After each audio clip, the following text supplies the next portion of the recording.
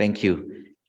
Once again, good morning, and to our online listeners or participants, good morning, good afternoon, good evening from wherever you are joining in the conversation. We start day 2 and the last day of the Africa Domain Name System Forum. The first session is going to look at the financial sector in Africa and its impact on the domain name system. One of the conversations that we have had consistently for the last 5 years is how to come up with payment gateways that make it easy for citizens of African countries to be able to purchase domain names. In fact, yesterday we had a presentation from Neil Dundas. There was a concern on how social media, for lack of a better word, is eating into the domain name space. Nowadays, if you try to go and sell a domain, someone will tell you, after all, I'm on Facebook, or I'm on Twitter, or I'm on TikTok, or something like that. So how do we sustain the value of the domain name? I think what is coming clear is that customers want what they can easily buy on phone. If you tell me to go to my laptop so that I can get a website or a domain name, you are taking me too far. I want something that I can get right away on my phone. And one of the critical components has been the issue of payment, which we have been discussing in the Africa DNS Forum for a very long time. But I'm glad, and I'm here with Igor, who rose to the challenge and came up with a number of solutions that can be able to address some of the challenges that we have been facing. Just to remind us that the Africa Domain Name System Forum brings together the registries, which of course manage the databases that contain information on domains that are registered and registrants information. But there are also intermediaries who are registrars, and they are a key partner in this process. And Igor is one of the registrars on the continent. Yes, you kept hearing about the African Registrar Association. So we have, of course, ICANN accredited registrars, but at local level, most of our country code top level domain registries also have local registrars and resellers, the people whom we go to when we want to buy the domain name. So one of the sectors that, of course, has largely been affected by the domain name system is the financial sector. Anytime, for example, .ke goes down, for example, I am on Kenya Commercial Bank and I utilize the online platform, either on my phone or on the computer, to do transactions from time to time. So what is the implication when the domain name system goes down? If my other bank, or probably that I use, is ABSA, which is largely a South African bank. So assuming the banking platform is, or rather the domain name system is affected, what is its impact?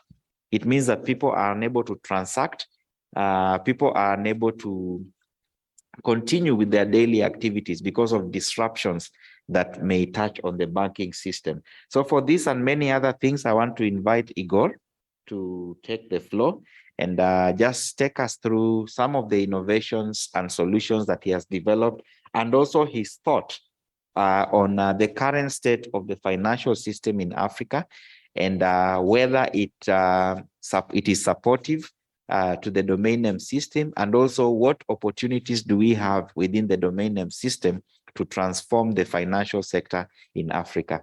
Igor, you can proceed. Thank you, Barak. Good morning, everybody. Bonjour à ceux qui parlent le français. Bon, je vais continuer en anglais parce que ceux qui parlent anglais ne comprennent pas le français, mais bon, il y a la translation, l'interprétation. Bon, as Barak said, my name is Igor Chiza, and I'm from a company called Register, one of the ICANN accredited registrar. We were accredited in 2007, and one of our first registrar solution we used was a third-party solution. It was costing us a lot of money. That helped us though to get the accreditation. And then we evolved. We used the WHMCS. The first one was Logic Boxes, but Logic Boxes wasn't addressing our problems very well because it was only selling GTLDs. So we had to create a separate system to sell CCTLDs, and CCTLDs is actually one of our main source of income right now because we sell most of the African CCTLDs right now. And the second was as I said, WHMCS, which I think helped us to actually create or inspired us to create our own registrar solution, which actually very soon we'll be happy to give to our African local registrars, because we work with or we partner with a few local registrars such as here in Nairobi, in Rwanda as well, and beyond. So with that, we were using before PayPal as our payment solution. PayPal, and there was another one called To Checkout. All those solutions are American solutions, but which actually does not suit to our local markets. Normally PayPal, I think that in Africa, it's not very well represented. So as Barak mentioned, we were talking about how can we get a payment gateway to address these problems of buying domain names here in Africa, using our own solutions, such as, there is mobile payment, which is actually widely used in Africa. So we were inspired. PayPal was also, again, our inspiration, because I looked at how PayPal works, and we took some of the features which PayPal uses into our system, such as, for instance, I can send an email to my client who want to pay me from our solution. Our solution is called AfriPay. I'm sorry, I did not make a I did not prepare any presentation on the slides, because I was not aware that I need to show how it works. But as I said, if needed, I can try to prepare something and then send it to the website in the coming days. So our solution, as I said, is called AfriPay, and it currently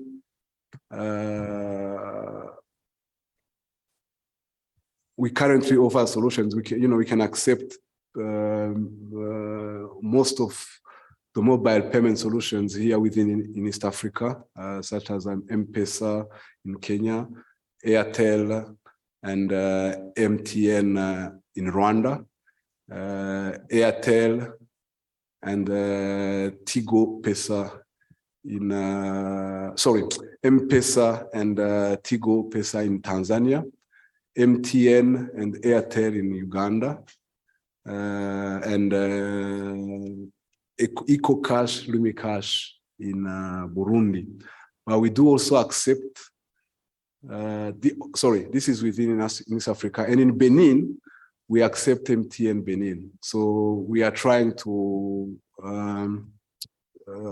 work to get more mobile payments in Ivory Coast and Burkina Faso for now, and Senegal. And we do also accept credit cards We have partnered with Bank of Kigali in Rwanda and UBA here in Kenya. This actually helps us to accept payments ourselves. But during COVID in 2020, we started getting people or customers who are actually buying domain names from us, especially in Rwanda, who started asking us if they can use our payment solution. Then we start offering it as a solution to them as well. And it actually worked well, although sometimes with the payment gateways, especially when accepting credit cards, there are people who are trying to steal money from you. I'll give you an example, especially people who are based in US. What actually I've noticed is someone who wants to pay for a service or a good from US using a US debit or credit card. They go back to their bank and say that their card was used without the authorization, which actually, and it's them who actually have used it. And because with the US bank cards, because I do have one as well, and I do transact and I see how it happened. There's on a certain amount, probably even 500 and less, you are not asked from some bank to go through authentication. And when you pay, the money is taken straight away. So then it would be very hard to prove that you did or did not transact. So we do have these kind of cases. So we had at some point to block this option to our client in Rwanda, for example. And even in Uganda as well, we had the same problem. So now we are trying to see how to address this problem to actually start offering it again. So the same solution, we used it with KeNIC so far and the NIC ADETIC in Chad when we organized an auction. We do have an auction platform which we've developed in-house. So we do work with registries who want to auction the domain names. And with KeNIC as a good example, I'm sure that if they are here, they can attest to that. It worked very well with AfriPay. We managed to acquire payment by card, by M-Pesa as well, or even MTN, I'm not sure, but anyone, wherever you are, you could use whichever, whether it's mobile payment or card, whichever is for you. We've just recently done it in Chad as well, and it worked very well. So the payment solution is there. I cannot say that we have we have mastered it very well, because we still have this issue with people who are trying to steal from us using credit cards. And the other issue we have is banks. Banks, when approaching them, there are too many regulations, and they look at what kind of volume will you be doing. And in the domain name sector in Africa, there are not too much transactions, which will be interesting for the banks. So, but we hope that with time, you know, since we are not actually providing it for only domain names right now, we've developed our own, some other applications which can use the payment gateway. So I'm hoping that this will ease with what the banks are requiring from us. So as Barak mentioned, in Africa, we do have what I'll say, like, problems with payments. Most of the time, you want to pay a registry, they ask you, you know, to send a wire transfer, or you send, you know, the money is finished, you know, in your account balance, and some of the registries, they offer what I would call an overdraft while waiting for the money to reach your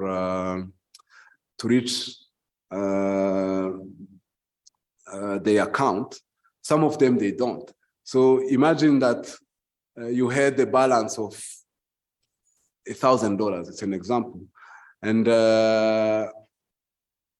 during the night, that $1,000 is exhausted. So you have to wait.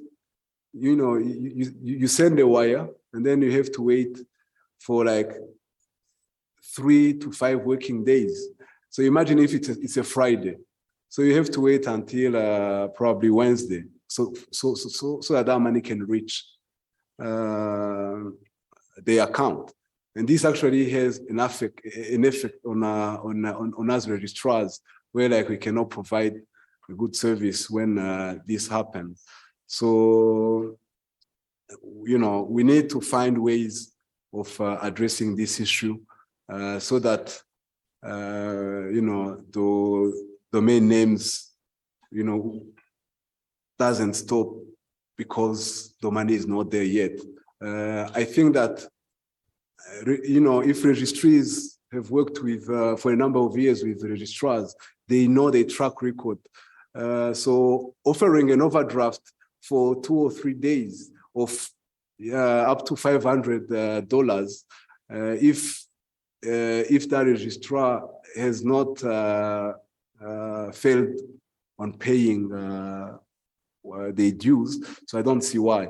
You know, the GTLDs, most of them they do. I mean, all of them, I would say that you know, they have that option. So I'm thinking, why then we are waiting to get this payment gateway, which can help us to credit instantly our account.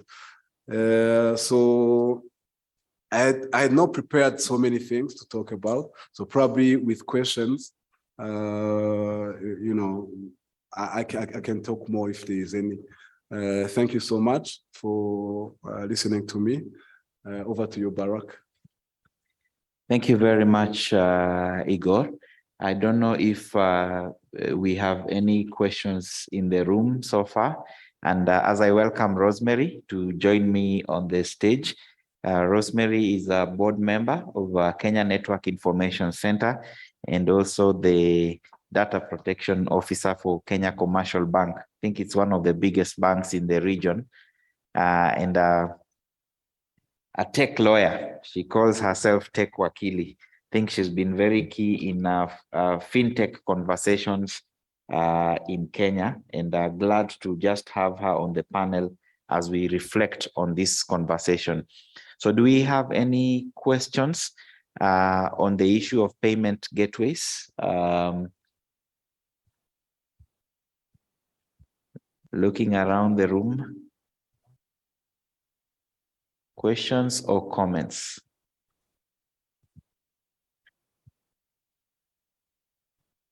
Okay, I see Ali Haji looking for a mic. I don't know where our ushers are. Someone to help us. Okay, thank you. Ali Haji is over there. Thank you. Any other question or comment? I will open up this discussion. To what extent does the DNS system affect the financial sector in Africa, and what do we need to do? Rather, what does the financial sector need to do, and what do we as a DNS community need to do in response to the needs of the financial sector? Yes, please. Ali Haji pour l'AFTLD, pour l'enregistrement. Merci. Merci beaucoup, Igor, pour cette intervention. J'ai juste Very much for your presentation. I just have one question. It would seem that online payment is much more frequent in other continents other than the African continent. And it seems to be working just fine. But it must be said that many African countries have many users who are quite reluctant to get into it. And I have a story to tell you. I was once in Comoros with users.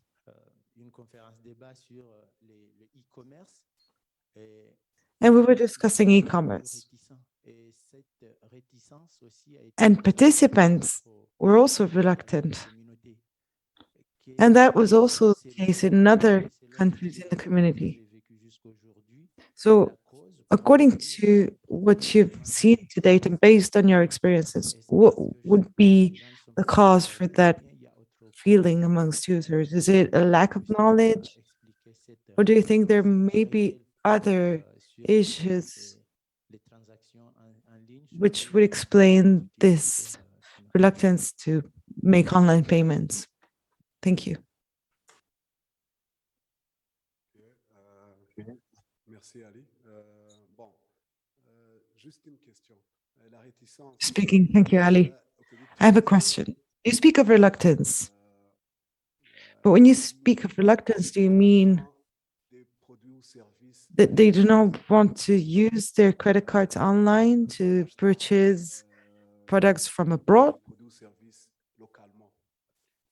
Or is it to purchase goods and products locally? Ali Haji speaking. Well, both actually. Some had to receive local shippings,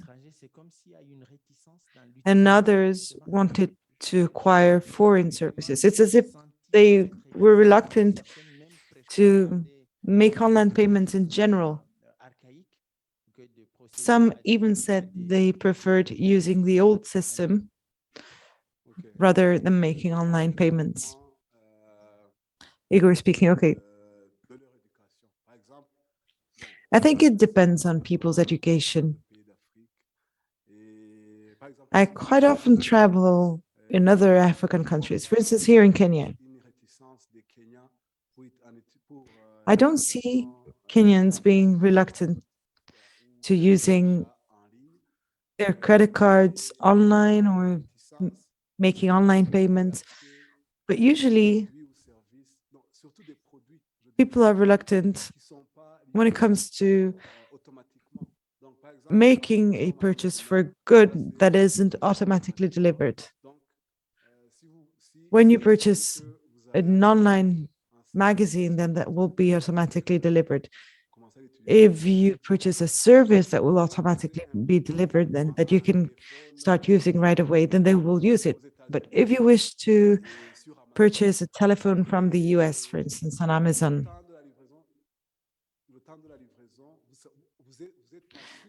now, receiving the shipping will take a certain time, and you may not be sure that you will actually receive it. So I think when you purchase services or goods that won't automatically be delivered, that's when people are reluctant because they don't have an experience with that. But those who do, especially in Kenya and Rwanda, they are beginning to use it. Even in West Africa, such as Cote d'Ivoire, Nigeria, and others, people are beginning to gradually use their credit cards to make online purchases. So I think that's pretty much where the difficulty lies. Thank you. Maybe if I can also respond, I think from a Kenyan perspective and maybe East Africa, the main issue has been, I guess, access. In your local duka, which is a shop, you can easily pay via, say, mobile money, M-Pesa, but they don't have your PDQ or your payment point. So maybe for online payments, maybe cards, maybe that's the one issue. And also trust. I think we all saw it when we started off, those of us who saw M-Pesa grow. A long time ago, somebody would say we don't accept it because we didn't understand it much. But the minute it got accepted and there was a lot of use, then trust was gained. So people just, it became ubiquitous. So I guess maybe that's attraction. But I think what I'll also comment on is what is a lost opportunity for us as Africans when we do not adopt alternative payment methods as opposed to, like, for example, cash. Cash is what we use on a day-to-day basis. But what is the opportunity that we're losing when we fail to utilize online payments? The first thing, of course, is lack of records. I get many times Africa has been called a dark continent. I think dark because of lack of information. And I guess shedding light on transactions will actually give a lot of visibility in terms of even valuation of our economy. Sometimes you value a town based on the little cash that you see, but if you actually had visibility over transactions, we'd actually get accurate valuations of various places and even promoting e-commerce and the economics. So I guess today's conversation is very critical, and it even assists us in other ways that we've seen maybe in other markets. Issues like anti-money laundering and just making sure that the financial systems are secure. So we should work together towards maybe seeing how do we encourage trade through interconnected payment gateways. And I'm hoping that the DNS conversation can lead to even further conversations in that regard that will help us to unite from a financial perspective, making it easier to do business between each other countries. And can you imagine how much maybe the worth of e-commerce in Africa would be if payment gateways were interconnected? That's it from me. Thank you, Rosemary. I think to make this conversation more relevant, majority of our guests, as they were coming in, we had a bit of payment issues, especially for those who are trying to get e-visa. And I think I want to look at it positively and negatively because one, the government of Kenya now is requiring that payments be made online, whether it is working or not working. That's the other thing. So it is upon industry and stakeholders to make sure that these payments are actually working online. And I think for a few colleagues, I see Raft and from Madagascar and Landry, they quickly found ways of going around the system, banking system that could be able to support the e-visa system that was working. So I'm looking at one, the decision by government to put, or rather to require that the visa be acquired online. And two, the decision has led to the need for payment gateways to be used to facilitate the process. And I think banks in the process have then been able to respond. But I think Ali raises a very important thing about the concern in the community. I don't know by a show of hands how many regular e-commerce customers in the room. Let me just see. Okay, I see the hands are not so many people, but I know so many techies who would rather go to the counter and withdraw money as opposed to use money. Okay, probably the effect of being scammed and the likes. But I think this is a conversation that we need to continuously have. I don't know what the room feels. What are some of the issues that are making citizens reluctant to embrace some of these online payments? Because for the payment gateways to be developed, there has to be a demand or there has to be a need at the community level. And so if there is no need, then we need to address why are people reluctant? Because I believe there are companies that are willing and companies that are ready to invest. I know most of you are from the technical community. You are ready with payment solutions like AfriPay that Igor has developed. But what do you think are some of these issues that are making citizens reluctant to embrace the online payments? Any feedback or reactions from the room? It's a discussion. Yes, sir. And please introduce yourself as you speak. Anyone else, so that we take several rounds? We have another hand here. We have Grace and we have Dr. Paulos Nirenda on the other side. And Landry here. So let's start with the gentleman there. Try to be brief, please.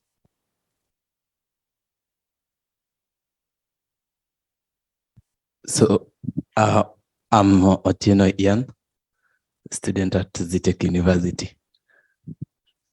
So one of the things that has made so many people not to embrace the online transactions are like the increased level of fraud that has been over the internet for a while, that maybe you input your data or your payment details, then after some few days you get calls from different people inquiring about a certain transaction that you made, and they would want to like mitigate and know how much you have in your account. And since most of people in the society are not learned, like they're not taught about these fraudsters, they tend to give out their details and they are being scammed. So I think scam has been a major issue.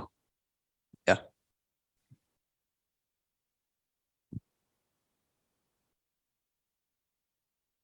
Thank you. Landry. OK. Merci, Barak.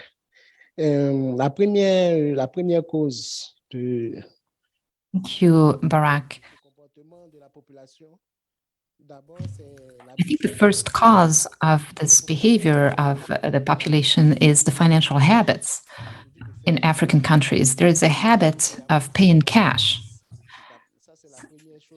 and to have the service directly available to you. That's the first thing.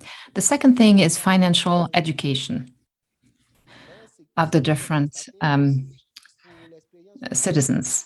What I can see as far as what we experienced in Côte d'Ivoire with COVID, with the restrictions that we had, there was a tendency to neglect electronic payment or to go back to electronic payments and to use mobile payments.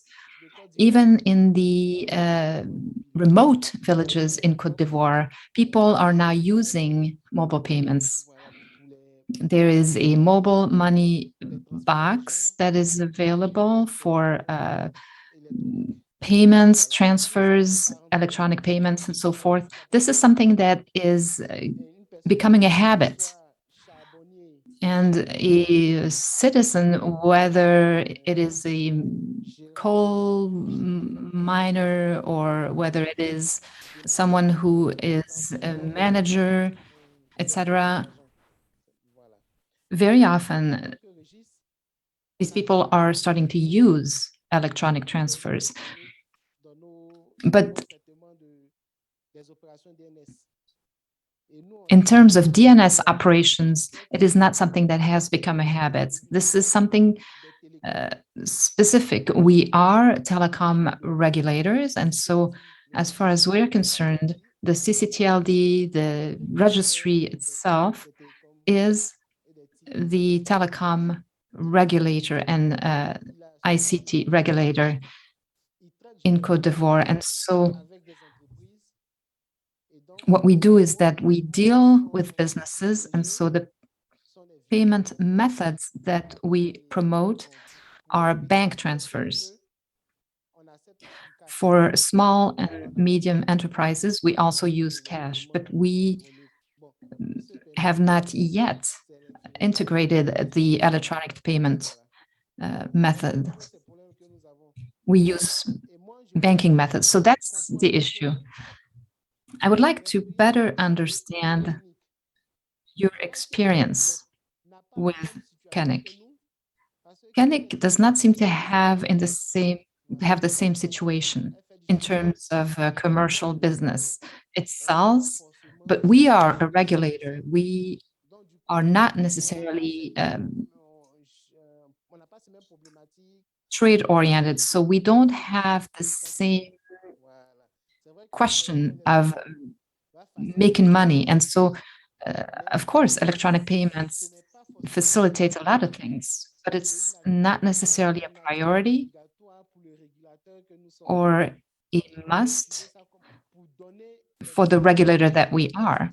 So maybe this can be used as an example for the other stakeholders in our ecosystem. But it's not a must for us.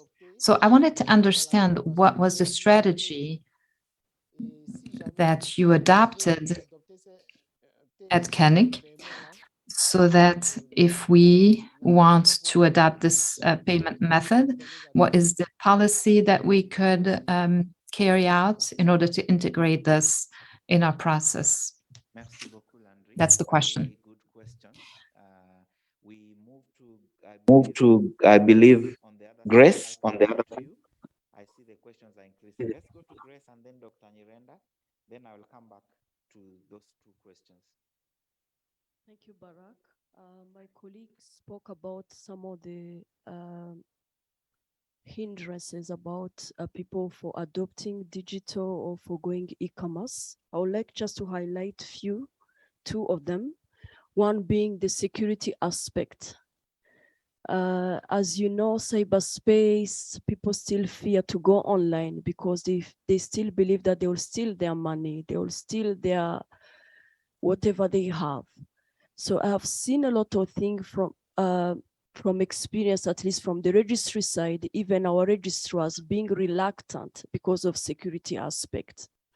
So number two, I will talk about the lack of digital skills, which I still believe that is still huge in the whole continent, where I still believe that we need a lot of awareness driven by the government, just to educate the youth, to educate everyone on the importance of online transaction. And lastly, I'll talk about the cost of transaction, in which you'll find in some countries, it is still very high, and people are still used to their traditional way of doing operations. Yeah, those are the few items I had to highlight. Thank you. Thank you very much, Grace. Dr. Nyirenda, just behind.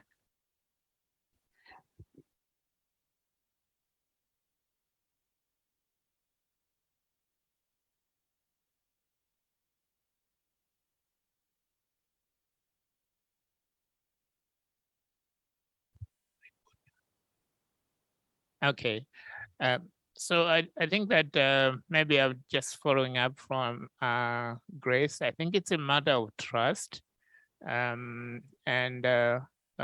think if we can build this, that would be great. I was interested in actual data since you have been operating the system, Ego.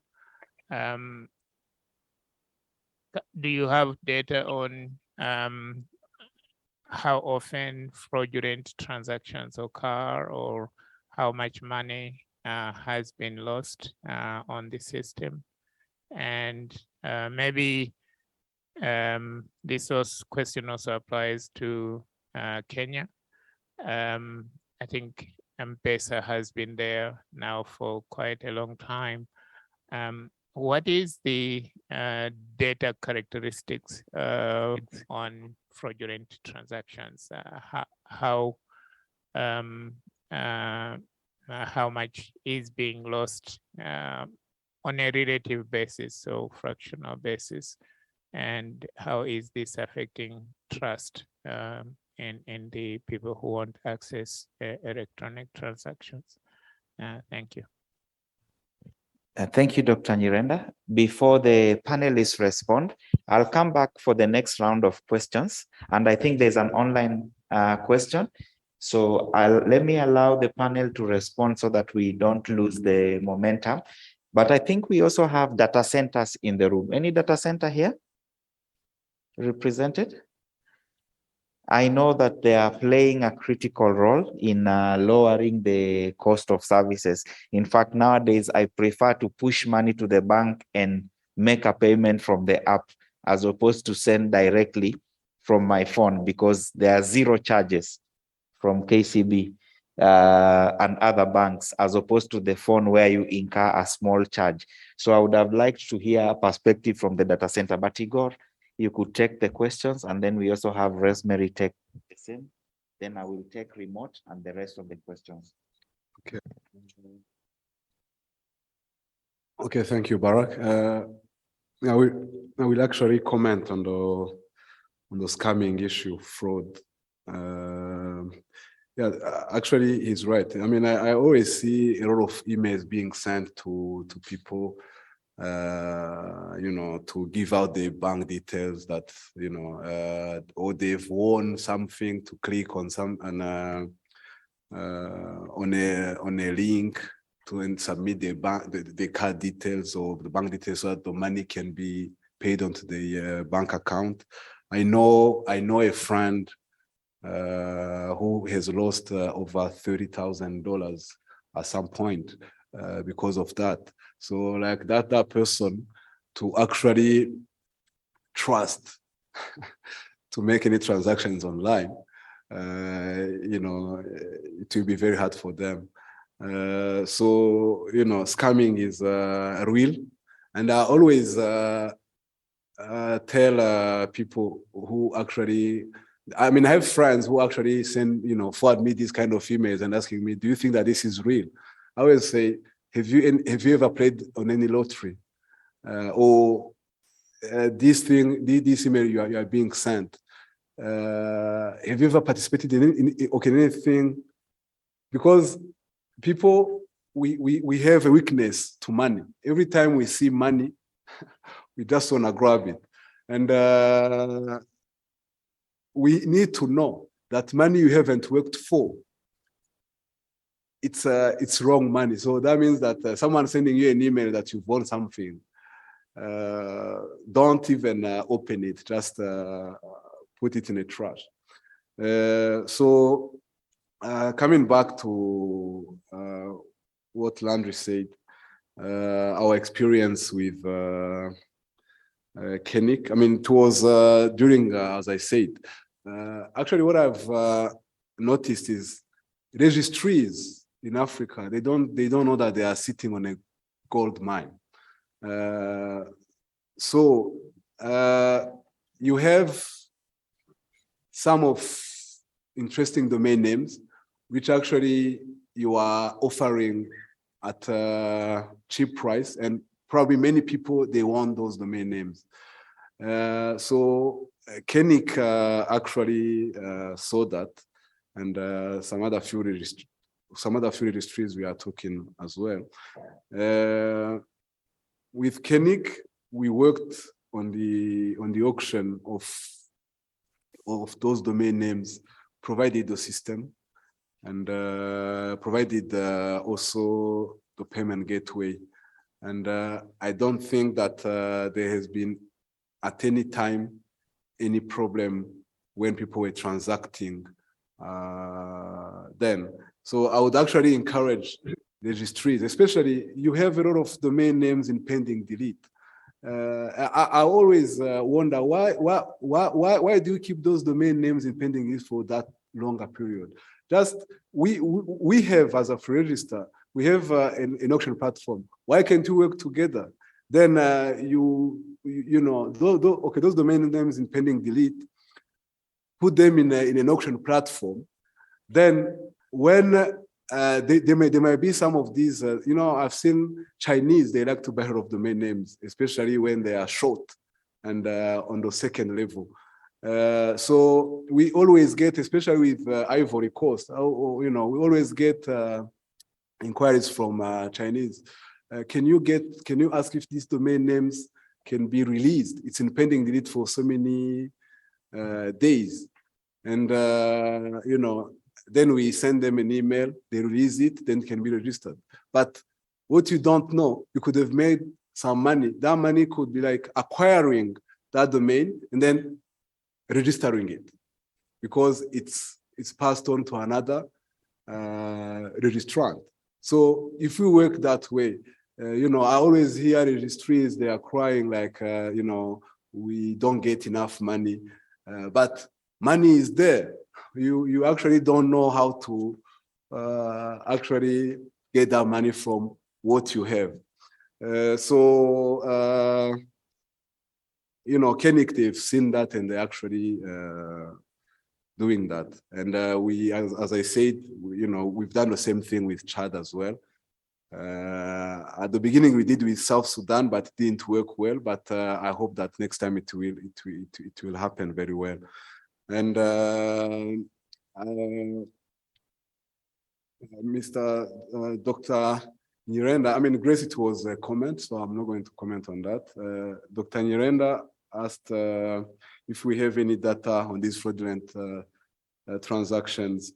Yes, actually, you know, we did not lose a lot because, okay, mainly in, I would say like in Rwanda, the customers we tend to get these ones who want to, who are selling Bitcoins.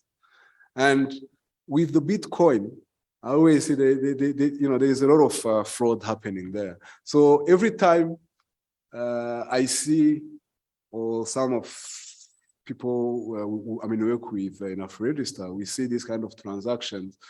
We always ask, okay, before now, I mean, we always ask what kind of business this person is in.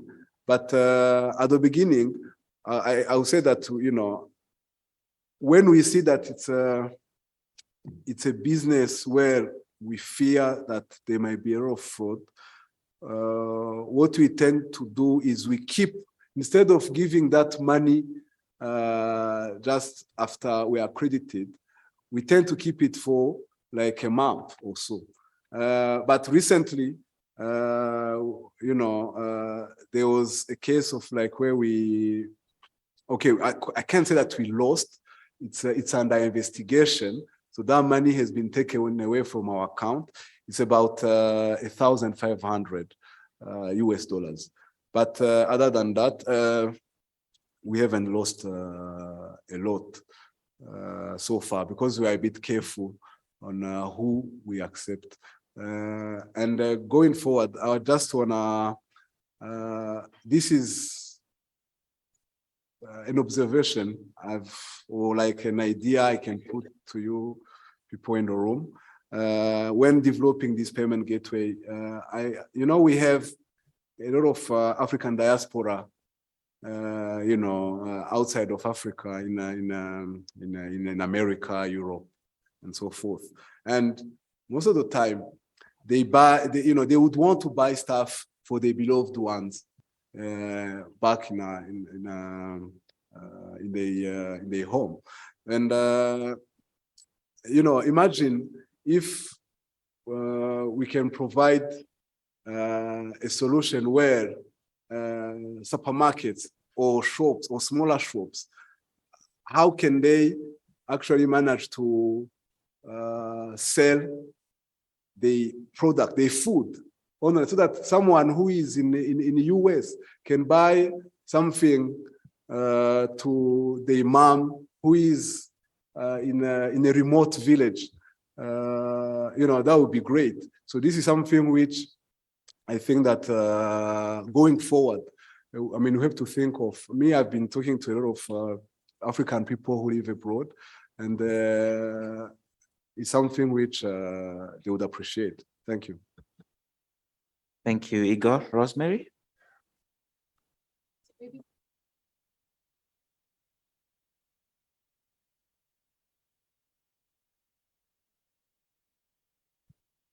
Apologies. I thought I was loud enough by myself. So at KeNIC, we take a commercial approach in terms of how we engage. So we drive registration. It's unlike regular regulators, say in other markets. What we do, it's we drive membership, we get people to register, hence the need to create different ways to do business. But critically for this discussion is that we have an integral partnership with our ecosystem, especially the financial services ecosystem, to see how we can work together. And I think that is critical, and that has been a very key part in how this market has grown. In terms of what could be done, I guess skills transfer is a critical thing. We need to work with the current ecosystem, academia, and all those, so that to ensure that, you know, we have the adequate skill sets to support the ecosystem. And then in terms of cybersecurity, of course, there's a mention that about reluctance. In terms of how much has been reluctance because of security issues and standards. And I'll keep saying that the more something is used, the more human beings will do what they do best. We're known to error, maybe knowingly or unknowingly. So fraud increases. I think there was the Kenya Financial Sector Stability Report that showed an increase in cybercrime, and also the Kenya National Computer Incidents Response Team, KECIRT. Those of you who were there on Monday must have met some of them. They were on the panel, and they mentioned that we've had, say, in Kenya, 158.4 million cyber threats, which is an increase from previous years. And the main reason is as you increase internet penetration and have an increase in uptake of e-commerce, of course, this happens, but what then do we do to mitigate? That doesn't mean that we stop online payments or we stop trying. We keep at it and we grow our market by building more resilient systems to ensure that, you know, we protect the cyberspace that we're now moving into. And I think that's the approach that we should take because of course, the higher gains. You know, in the legal profession, they always have the weighing scale. I'm a lawyer by profession, so I tend to go back to the basics of our training, which is sometimes look at the gains and the losses. I think there's more to gain by us encouraging the use of more online payments, and the encouragement to other registrars and regulators is to work closely with your ecosystem. I'm sure you have financial sector partners. You mentioned that it's a gold mine. Have a meet and greet. Listen and ask themselves, what's your wish list? If we work together, what could we achieve? And I think if we do that, then we'll move forward very well. And I think that is what has worked in Kenya.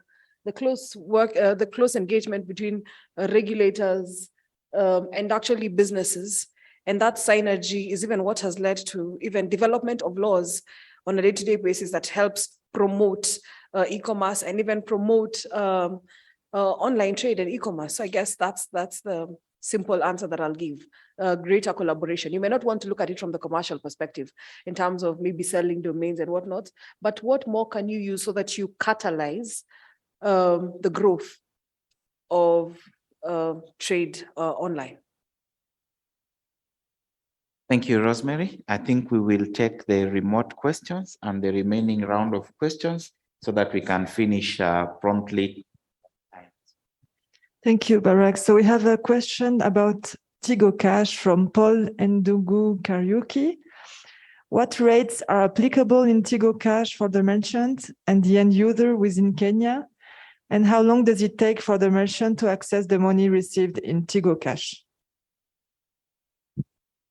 Thank you. I think that will go to Igor. There was a question. Yes, please introduce yourself next to Grace.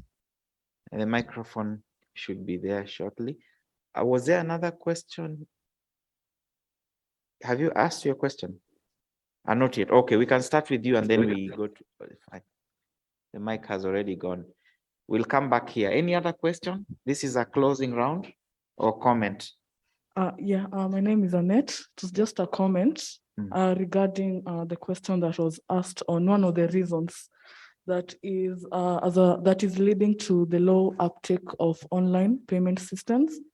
And what I have seen, especially in the last 2 years in Africa, we've experienced a lot of innovation in the fintech sector. But then again, there has been little to no consumer education on the exact solutions that the payment gateways are providing. So if the solution providers can prioritize on that, I think that can maybe change the statistics. So thank you. Thank you very much. That's a good intervention. Yes, let's have our colleague here.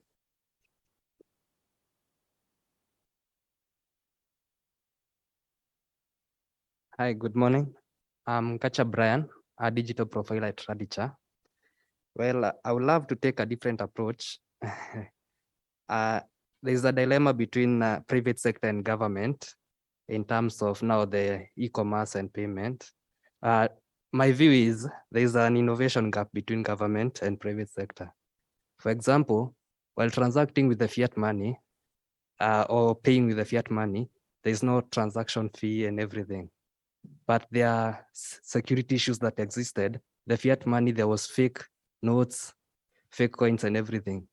So the ultimate goal when you're paying online is to have a system that has no transaction fee. So what happens next? Does the government buy in or kill the innovations in the private sector? Thank you. Thank you very much. And I think Igor has raised the issue of Bitcoin. I can't see Dusan from Grancy, but he'll be coming in the next session. I hope he can talk about, as we talk about innovation, some of the experiences with the alternative payment mechanisms like blockchain. So I think I will request Igor to respond to the question and also make closing remarks, and Rosemary as well will wrap up for us the session, and then we proceed for the tea break at exactly 10 o'clock. Igor? Okay, thank you, Barak. If I heard the question correctly, so this is a person in Kenya who wants to ask about the fees for Tigo Cash as a merchant. Am I correct? Yes, the rates applicable in Tigo Cash for the merchant. Okay, so Tigo Cash, if he's referring to Tigo Cash in Tanzania, so depending on the volume he's making, we start off 3% and lower as the volume goes high. And how can he get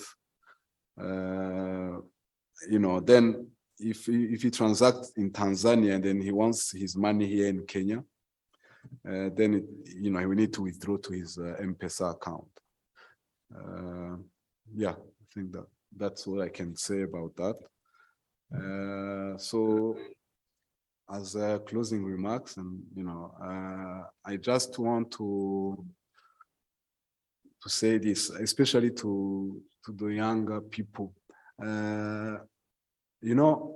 Young people can do great things if they have a great leadership. With all these issues we have payment gate, because with even whatever systems we are building, we build with young people, and we also even ask those young people, some of them, we pay some of them to actually try to hack us, so that we see the issues or security issues on our systems, and it helps us. So I had this idea. Why not, like here in Africa? I don't know if AFTLD can do that, or we make something like an African community developing our own systems, where like whether it's payment gateways, whether it's systems which we can use here in Africa, and do that as be volunteers, and then be shareholders, and then when these systems start making money, then you get paid as those systems progress. I give you an example, quick example, like WHMCS. WHMCS was actually built by volunteers and then making money slowly. And now WHMCS has been bought by cPanel. And I'm sure that those who had designed that, they managed to get some money out of it.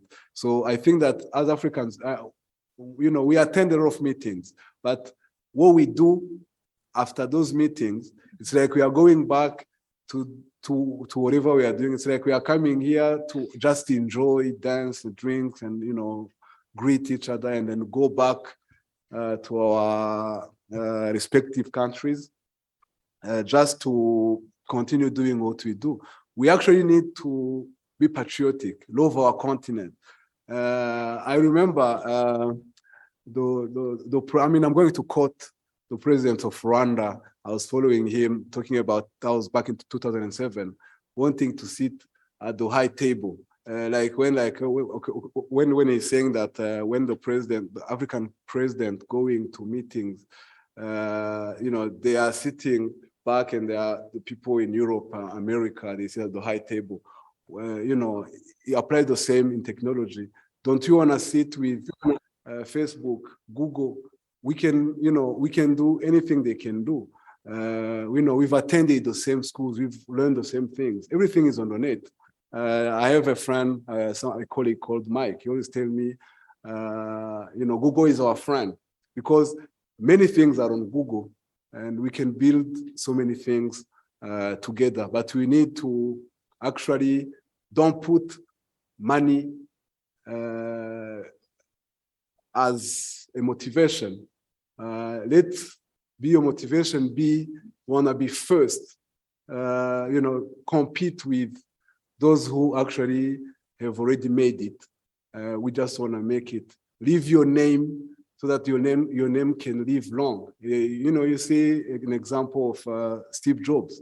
It's like he's still existing through his work. So we just don't wanna die. We just wanna continue living through our work. So thank you very much for listening to me. Thank you, Igor, and thank you for the challenge. Rosemary? I guess I'll respond to the question of the dilemma about the innovation gap between government and private sector. And that's how it's supposed to go, because innovation always goes before regulation. And if it was the other way around, I'd be very worried. So it's in the right place. Now, what happens after that?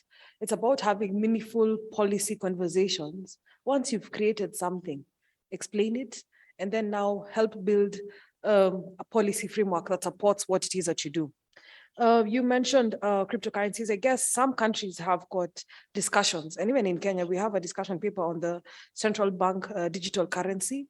All this will be ran through the rails of the infrastructure that we're discussing today. So there's a need to bridge that gap and to ensure that, there's a transfer of skill sets. Like, what does it mean?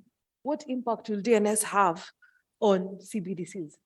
Those are the questions that we should be asking ourselves. What impact can, DNS have on intra-African trade? You mentioned issues like no transaction fees. I guess there's a lot more money to be made outside transaction fees. Call your banker friends. I'm happy to shed light. But just having transaction velocity within various ecosystems does a lot to grow economies and maybe speak to the real issues as Africans. We have something like the Africa Continental Free Trade Area Agreement. Right now, intra-Africa trade is, I think at 2021, I'm not so sure what it is right now, it was 14.4%. What can, digital financial services that are done through the DNS framework, what more could that do?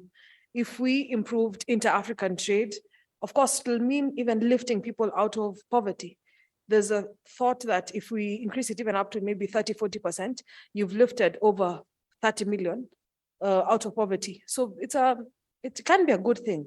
So maybe my closing remarks is that we have an obligation, all of us in this room, with further knowledge in terms of how best to do things, to go back let's pick up on the challenges you've just given us, to go back and help work with our governments, work with our businesses to see how can we make use of these assets that we have to improve financial technology and even increase of trade using the platforms that we have access to.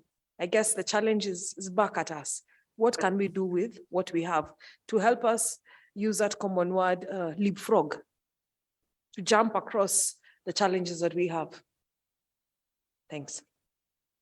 Thank you very much, Rosemary. We've come to the end of our session this morning. Very interesting perspectives and challenges. I think, Igor, you've given us a challenge to come up with African solutions to African problems. If I understood it well, an African version of GitHub, something like that. I think for your information, Igor is also in the process of building a registry system for the African continent. We hope that there'll be some takers in the room to try out this system. So we are not just talking, but some actions are coming up in the room. But I think if you are also innovating or coming up with solutions, we really invite you to the table so that at least in subsequent sessions, we can have real solutions to the challenges that we are discussing in the room. With that, may I request you to join me in applauding my panel, Rosemary and Igor. I think they've done justice to the subject, and thank you very much. You may have tea. Let's be back by 10:30 so that we proceed with the next session. Thank you. Recording stopped.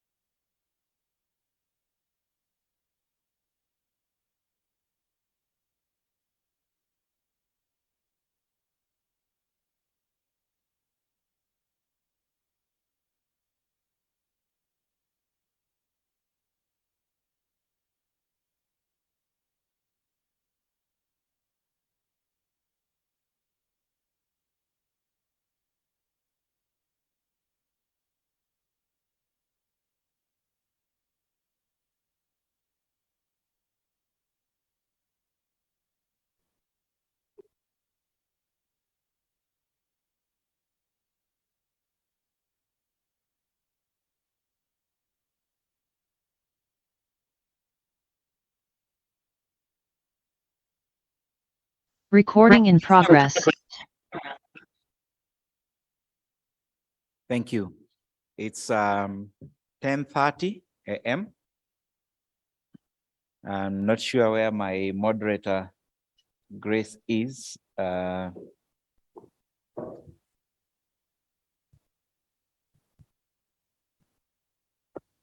right. So I think Igor has ended the last panel session with a challenge to us, and in particular to the youth, who are most of the innovators, about strategies in which we can utilize our skills to be able to make the most from the DNS ecosystem or the DNS sector. Now, a number of African registries have come up with different strategies on how to make sure that the youth are part and parcel of the DNS ecosystem. Yesterday, we had the example, and we actually saw Benin DNS Forum get an excellence award for the activities that they have been doing in making sure that the youth are part and parcel of the DNS conversation. And on the stage, on the extreme right, I have Mr. Molehe Wesi. He'll introduce himself again, the CEO of .ZD Domain Name Authority. They've been doing a lot with the youth over the last couple of years, and he'll tell us about this. We have Ruth from Liquid. We had a presentation during day 0, the Kenya DNS Forum, in which we heard about what Liquid and KeNIC are doing insofar as youth, ensuring that the youth are part of the DNS business or ecosystem is concerned. And finally, we have Rose from DNS, Benin DNS Forum, who is going to, of course, also talk about the activities that they are doing with the youth. To guide us will be none other than Grace from .rw. And Grace, I think as you come up and as you prepare for the session, I'll give the floor. I'll start, I think, this side with Rose to introduce herself, and then the rest of the team, and then Grace shall steer the conversation. Thank you.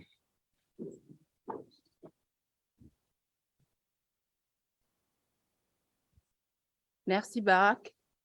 Mesdames et messieurs, bonjour. Permettez-moi de saluer. Ladies and gentlemen, hello. Good morning.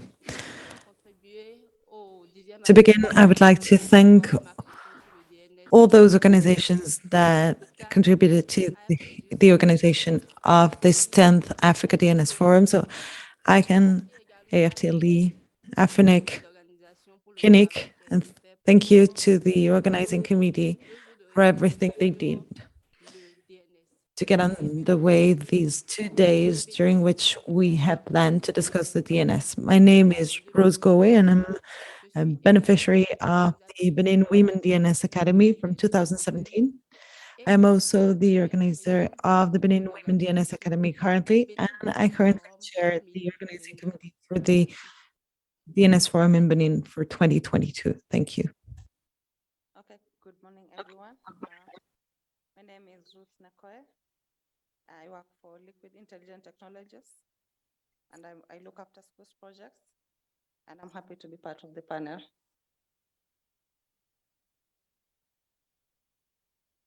Good morning, everyone. My name is Molehe Wesi.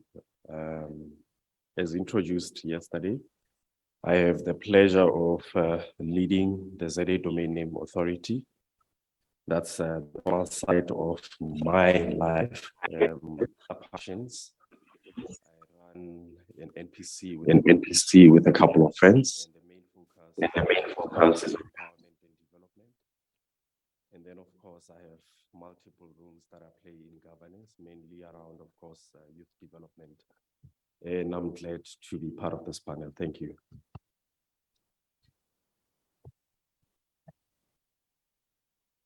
Good morning, everyone. My name is Grace Ingabire. I'm the CEO of RICTA. RICTA is the CCTLD of Rwanda, and I will be your moderator today for this session on youth and DNS. So with 200 million people age 15 to 24, Africa has the largest population of youth in the world. The continent has also the fastest growing youth population in the world, with 60% of its population under the age of 25. It is the only region in the world where the youth population is increasing. A recent report forecasts that by 2050, sub-Saharan Africa's youth population will increase by nearly 50% compared with the other region in the world that have projected a decrease in the youth population. So such a high number of young people is an opportunity for the continent growth, but only this new generation are fully empowered to realize their best potential. It is especially important that youth are given appropriate opportunities for work and for them to innovate. Having a youth population brings many opportunities for economic growth and innovation if these opportunities can be recognized and utilized. So our session on youth and DNS will explore Africa's youth involvement in the DNS ecosystem. And when I speak about youth, I don't ignore women. So women are still inclusive. So our eminent panelists who just give their brief presentation will elaborate more on what extent they have been participating in the DNS, the youth have been participating in the youth, in the DNS industry, what was their experience and what can we learn from their experience and how to ensure that the DNS industry can fully leverage on the youth potentials. So we had few panelists, but my first speaker today will be Rose. Rose, if someone can help us with the slide.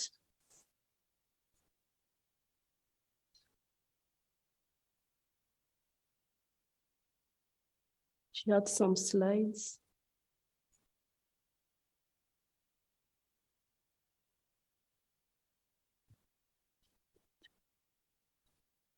Okay, while we are still preparing the slides, I think I can just move on to the second speaker, who is Molehe. Molehe, please tell us, what have you been doing in South Africa to grow the youth in terms of DNS industry? So I think there's been a number of interventions. You'll forgive me, I'm trying to avoid to speak to a presentation, but I'll share the presentation with the program director at the end of the session. In terms of youth development within the DNS space, there's been a number of interventions. But I think what's notable is that the South African government has been intentional in one form or the other to empower youth, simply because we have one of the highest unemployment rates in the world. And when I say intentional, in a sense that we have prioritized youth, women in particular, and of course, what we would then term historically disadvantaged individuals. So this would be, of course, those of African descent. Now, with that in mind, we also have a specialized section or a program within the ministry that one reports to, which looks after, of course, these groupings of individuals. And then, of course, that translates into our own targets. One of them is to say, really, how do we create employment opportunities within the DNS space? Yesterday, one had an opportunity to touch on the programs that we are running. Over and above that, we have an ongoing DNS training program, of which in the last financial year, which ended the end of March 2022, we trained no less than 800 young people across the country.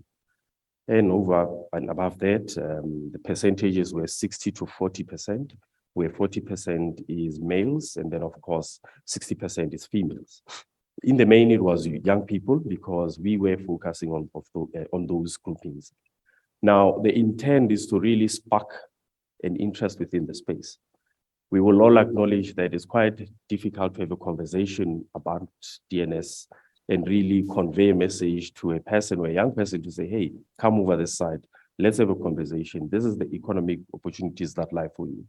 So that is the first level. Beyond that, then of course, there's a bespoke training that they'll have to embark on if they want to be trained to become a RA or a reseller. So fortunately, or rather unfortunately, not a lot of uptake in that regard has happened, but we celebrate little successes that we have. In the past financial year, we saw, I think, no less than 20 of the 800 becoming resellers and one becoming a fully accredited RA. So that's something, it really shows and speaks to the efforts that we are doing. Now, also on the flip side, we also have something that a lot of people don't discuss, which is the policy side of the DNS. And that's one ambition that we are going to sort of pursue with the remainder of the current financial year and also going to the new financial year. The intent is to really groom the next cohort of policymakers within the space. What we have seen, when I say we, I mean ZETNA and also the registry, is that there is low participation of South African youth within the space. So the intent is to create our own fellowships that will fund South African youth to really partake in multiple forums across the globe, regionally, and of course, nationally, to ensure that there is sustainability in terms of skills and there's continuity. And the skill sets that are currently residing in that aged group that we have really don't, how can I say this without being offensive, really doesn't part ways with the country. And it remains, relevant, and we are able to drive the initiatives within the country forward when it comes to DNS. Thank you. So thank you, Molehe. I'll come back to you with few questions, especially when you spoke about youth and policy. But is the slide ready now? So let's just move to the next speaker, Ruth Nekoye. She's coming from Liquid, and she'll share with us the different initiatives that Liquid has been doing toward the youth. So welcome, Ruth. Thank you, Grace. So I'll just highlight the programs and partners that we've worked with in trying to accelerate digital education in schools. As initially, we did a presentation about our schools projects on connectivity. We have done a number of schools with the government and the UNICEF for connecting a number of schools. And one of our core business is trying to accelerate the digital education in schools. And first of, we have been working with partners in this, partners with KeNIC being one of our partners, Microsoft being one of our partners, and then other education technology companies that will help us doing teacher training in schools. So, for example, for KeNIC, we have onboarded 200 schools on provided domains to 200 schools, and also partnered with an website company that we have provided website to around 60 schools. So that's what we've been working, and what we have noticed through onboarding those schools, the challenges for especially public schools is the adoption even after providing them a free bundle. After 1 year, we tried to renew the 200 domains from the public schools, but we noticed that the schools, I think, don't really understand the importance of having domains and websites in schools. And that has been a challenge. And what we are trying to do is working with other partners like UNESCO, Ministry of Education, to try to do domestic resource mobilization so that we can be able, using the resources that we're going to get, to have 100,000 domains in Africa and 100,000 websites in Africa. So this is what we are trying to push for schools to find a long-term solution for that. And also during COVID, we had an issue whereby schools were closed and students were at home and people rushed to do online. What we did, we also partnered with Microsoft to provide Microsoft 365 to the schools to enable them to do online learning. But after the schools that went back again, we didn't we noticed that the school now stopped even using the Microsoft accounts. So I think we need to really have to empower teachers, especially ICT teachers, maybe have an ICT managers in schools to enable the public schools to accelerate, to enable them to maintain or manage the programs that you're trying to introduce in schools. I think that's for me. Waiting for your questions. Yeah. Thank you so much, Ruth. Rose, est-ce que tu es prête?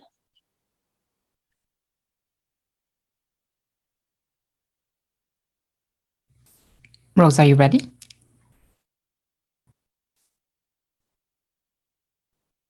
Je parle aussi français, donc je peux m'adresser à Rose. Est-ce que tu es prête? I can also speak French, so here I am speaking to Rose in French. Are you ready? Yes, I can go ahead and do my presentation. All right, thank you very much.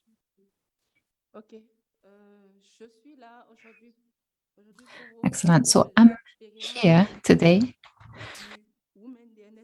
to talk to you about the Benin Academy for Women experience.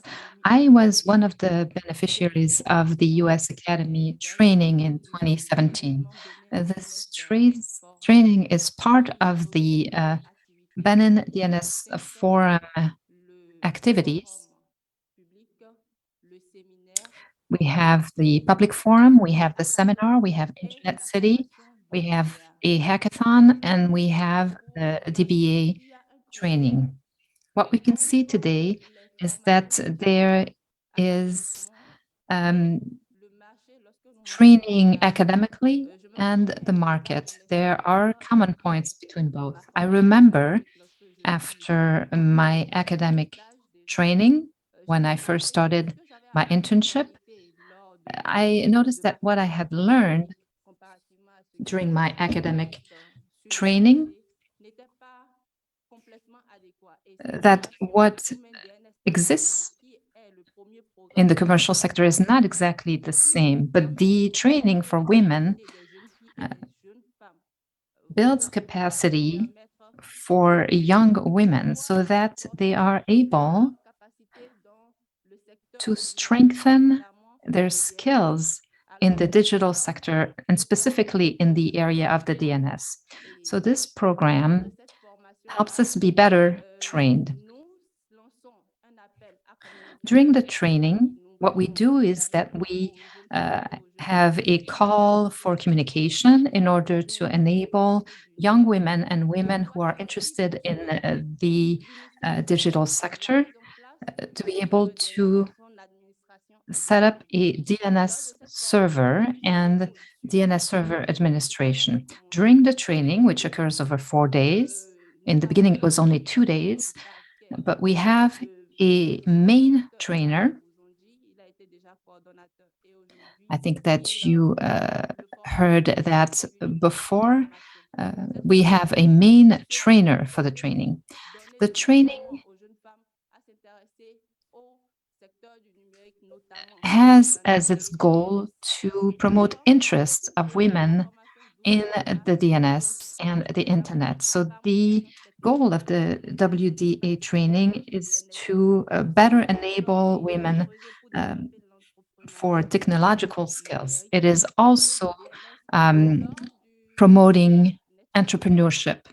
During the WDA networking session, where alumni are present with the new trainees. So during this networking session, we were able to create an association. Benin DNS Women, I am the organizer of this organization, and we have more than 700 subscribers with 150 beneficiaries that received their certificates. The training is free. I want to mention this. And after the training,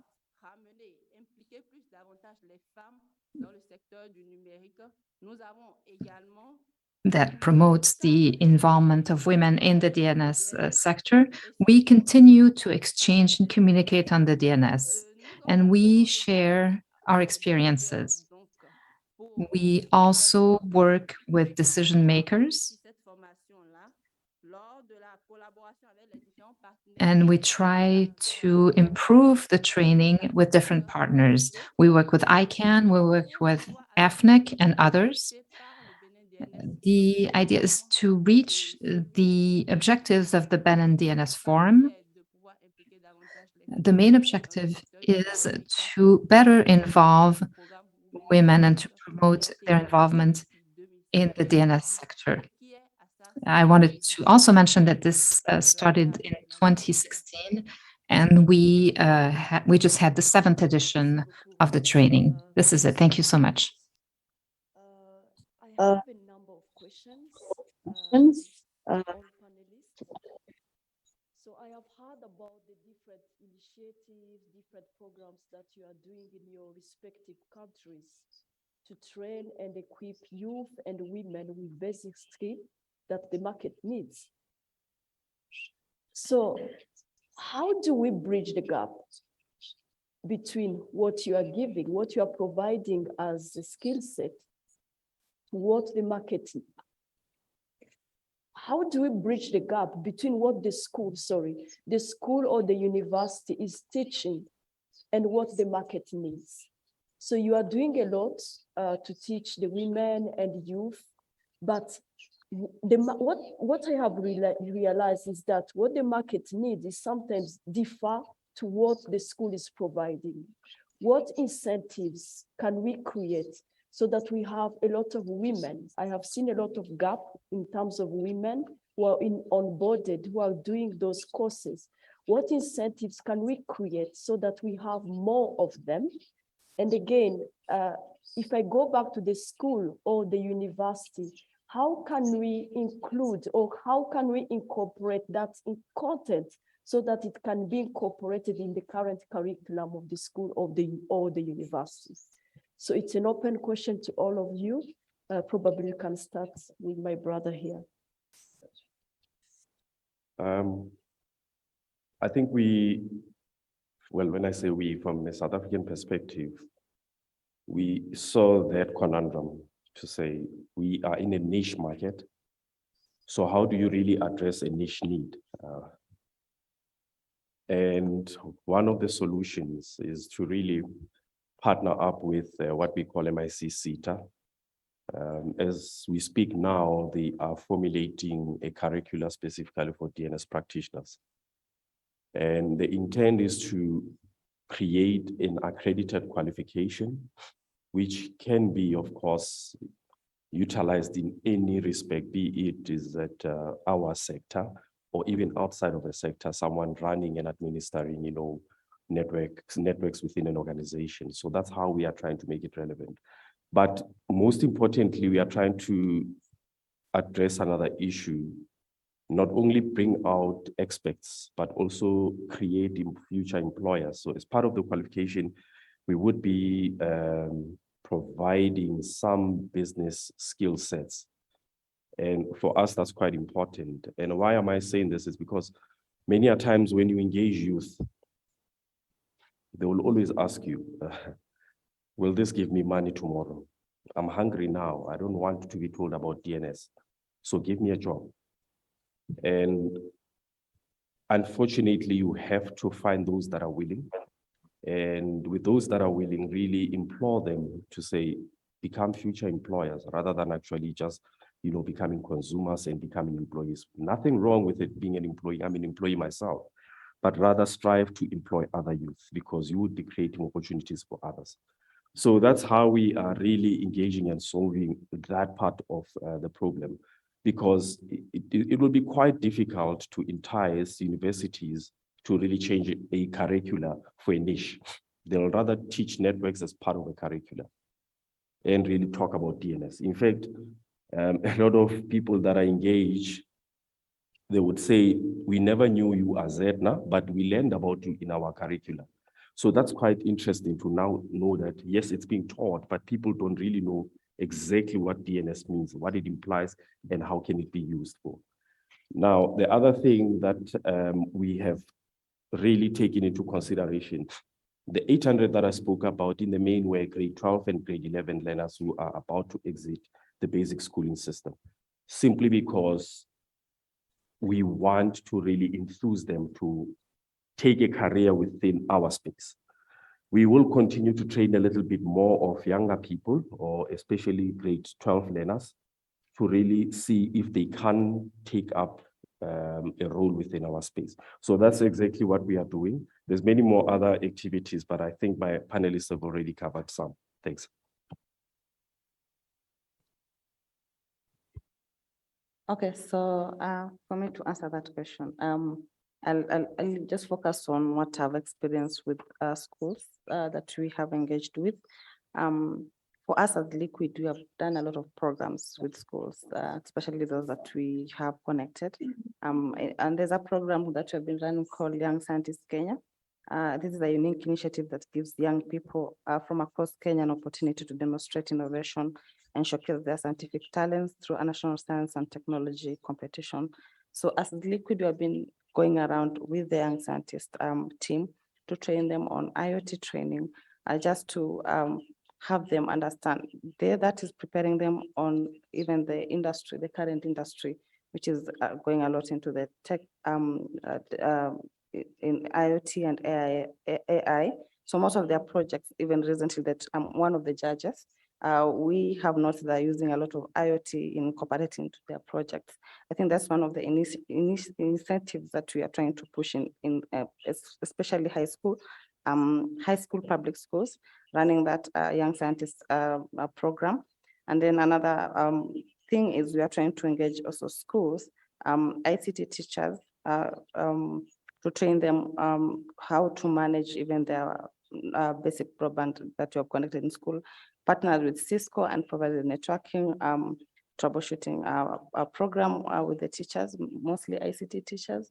So we are trying just to make them understand the importance of even them managing even their basic internet, and also training them on uploading their content on their websites. So these are the things that we're trying just to engage the schools and have also the ICT teachers learn more about our programs.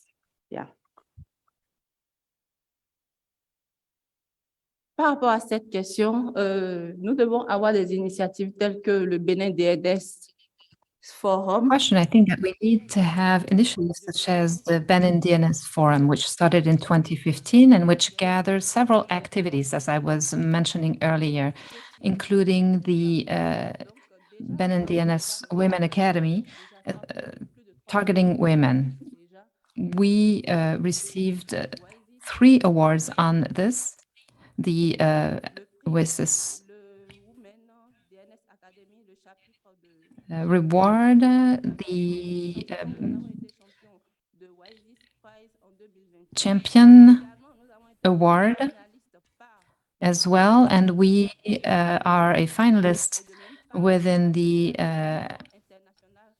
African Union, Telecommunications Union, and the UIT as well. We are one of the 10 finalists of another program. This program had a lot of impact. Today, most women are employed.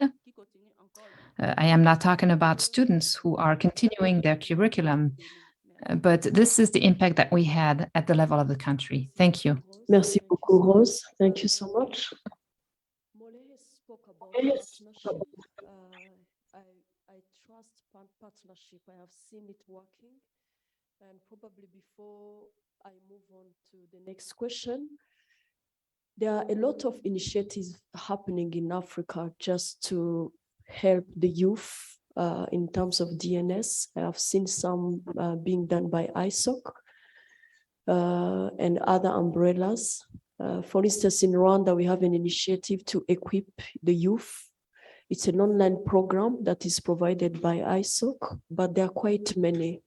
So when he spoke about partnership, so we have MOUs with those universities, and they are helping us to push to have the youth doing those courses. So the next question would be more about the employment. So these women are now trained. So do you have statistics of women and youth that you have trained from your respective programs? What is the feedback from their employers? Those feedback can be negative and positive. And what do you have to ensure that the DNS industry can fully leverage the youth potential? Again, this is an open question to everyone. We can start by Molehe.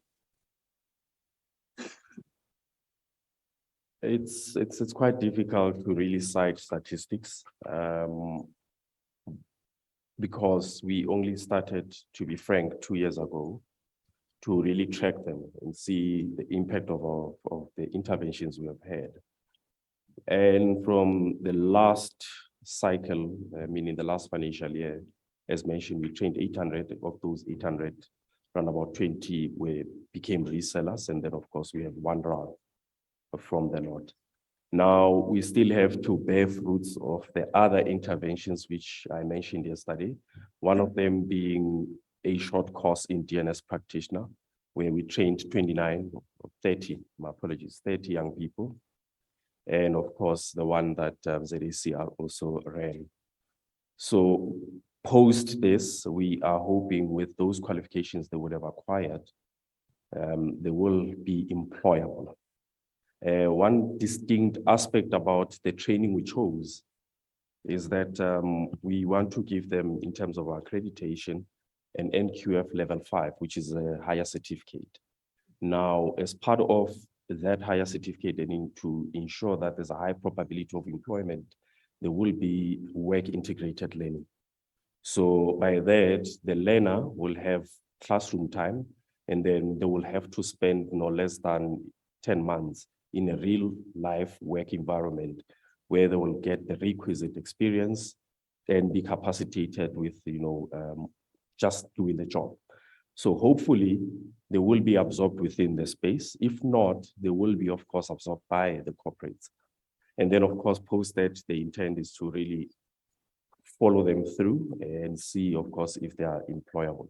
So unfortunately, it's all about future, ambitions. But speaking to the ones that we have done thus far, it's not such a big impact. However, we are happy with the results that we have acquired. Thank you. Thank you. All right. In terms of training, we have as Liquid a platform called 21C Skills for Africa, whereby it's providing the 21C Skills training for the 21st century skills. Those are the cybersecurity and software development. And we have partnered with different organizations, mostly to empower women to take up the courses. So some of the organizations, we encourage women to give them free bundle so they can take up, and then maybe after 2 or 3 months, they can maybe pay on a discounted rate. And then also in terms of training for schools, when we are dealing with schools on providing the domains and websites, normally we do training to them so that they can be able to manage their websites. We have noticed that actually, I don't think I've dealt with a woman. I mostly deal with men. So I have not seen much interest shown from the women's side, especially for the schools projects that I've done with the schools. Yeah. So I think that's from me. Merci Grace pour la question. À notre niveau, lors des inscriptions, nous avons un taux d'inscription. Thank you, Grace, for the question. As for us, we have a training level which is relatively high, coming from different countries. And I think what we truly need is to train more women, for one, and to accompany other countries in the setup of these types of trainings. And we need to diversify our partnerships. We could even organize an Africa DNS Women's Academy. Why not? And perhaps we could try to self-fund to get underway a program that would allow us to involve more women in the digital sector. Thank you. So before I open for questions, probably the last one will be from your respective initiatives and program. lesson have you learned? Any challenge to share with us? Any lesson learned? Morehe. I think the lessons we have learned is that you can't do it alone. You really have to forge relationships with public and private sector. And one important thing, find a value proposition for every person you want to partner with. That's quite important. Not everyone is interested in DNS, let's be blunt. So you really have to find how you pitch it. And how I found this, you know, for colleagues like, let's say, I'm gonna pick on Liquid Telecoms because we have them that side. You would really have to speak to their ambitions for social impact, because from our country, that counts towards their BEE points. So they have to train. So resonate with that need. When you speak to public sector, really look up their vision, mission, values, and speak to those as you really want to embark on this journey. You can't partner with everyone. That's another lesson we have learned. Some people don't really just are not interested. Move on, don't waste your time. It's not shameful to do so, but rather invite them, possibly someone in those organizations, they know someone they can refer you to. Now, the challenges, as I've cited, it's always finding that balance between how do you have the most impact against the socio-economic issues that you're faced with. There's so many issues. I mean, you'll find that a young person, as much as they have ambitions to partake within the space, but they don't have the resources to do so. How do you lighten the burden? There would be those that are trained, but can't find deployment. How do you create a conducive platform for them to be there? So that you eliminate as many problems. You can't eliminate all of them. And don't be hard on yourself. Really eliminate the major ones so that at least you are able to build a critical mass in terms of the numbers. So I think from our perspective, those are the lessons that we've learned, and most importantly, the challenges we are faced with. Thank you. Okay, for me, when I've worked with schools, most of the challenges to experience is, I think, support from the head of schools. You find that maybe the ICT teacher that you're dealing with want us maybe to have this website for the schools, but they have no support from the head of the schools.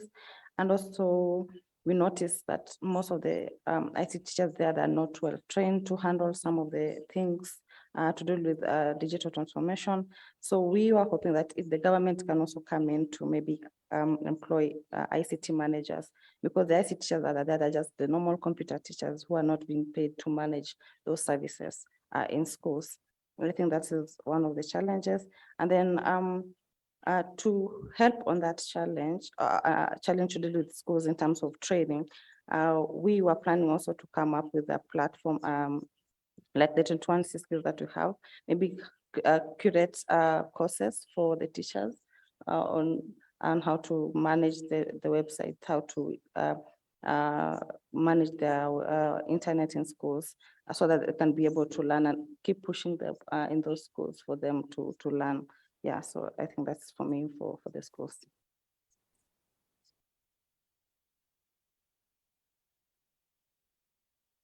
Rose. Merci, Grace.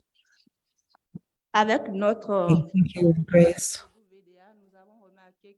Based on our experience with WDA, we realized that the academic training is far from meaning that you will be included in the market. So I think within the program, we would need to update the training we offer in order to allow youth and in particular women to enhance their capabilities and the capabilities the market needs. And then there is further the logistics matter, as I was saying earlier. This is also a struggle. Back home with the past editions, we have already offered training in Benin and in Cote d'Ivoire. And so we would like to thank our partners like the OIF, like AFNIC, And we would like to call upon any new partner wishing to get involved in allowing other young women and women in general to benefit from this kind of training and capacity building activities. Thank you. Great speaking. Thank you. Une question en français, je pense qu'elle s'adresse à Rose, de Hervé Thiagueux. French, it's a question for Rose from Hervé. He's asking, can that training be taken online? Can men also take part in them? Rose speaking. Thank you for the question. As I was saying earlier, this training is an activity of the Benin DNS Forum, which takes place every year. It is particularly dedicated to women, unfortunately for you, so it is only intended for women. However, the Benin DNS Forum has organized over 50 activities within its work plan, and they're all a part of the DNS Hackathon, in which you could participate, from which you could benefit. There are about 50 youth who work during 36 hours non-stop to implement DNS. That is what is done at the hackathon, which you can participate in. And there's also other activities organized by the Benin DNS Forum, such as the public forum, the webinar or seminar, and the Internet City. So this activity will take place between November 8th and 12th. Thank you. Est-ce qu'il y a d'autres questions en ligne? Okay. So let me see. Any further questions online? Okay. We are going to receive now questions from the people who are in the room. I have seen a lot of youth, and I believe this is an opportunity for you. You have the people here with different initiatives that they are doing in their countries. So I'll ask the team from KeNIC to help us move the mic. We'll start receiving questions from this side, then we'll move here and there. Yeah, so let's start with this lady. So if we can take the 5 questions and then the panelists take time to respond to them, and then we'll receive others. Yes, my name is Annette, and this is a question to any of the panelists. So we are in an age of more consumption and less production.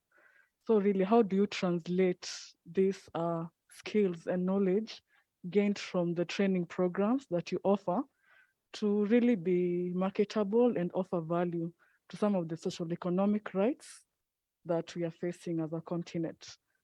And then secondly, I would love to hear your thoughts on what are some of the spaces being created to foster youth dialogue on issues that affect us within the DNS. For example, the impact on new GTLDs and issues on security and stability. And lastly, what's the end game on some of the initiatives being created? For example, we've been hearing about hackathon programs, but as we all know, in hackathon programs, 1, 2, or 3 ideas get picked. So what happens to the rest that have potential, but they never made it till the end? Thank you. So thank you. Just behind, there's another hand.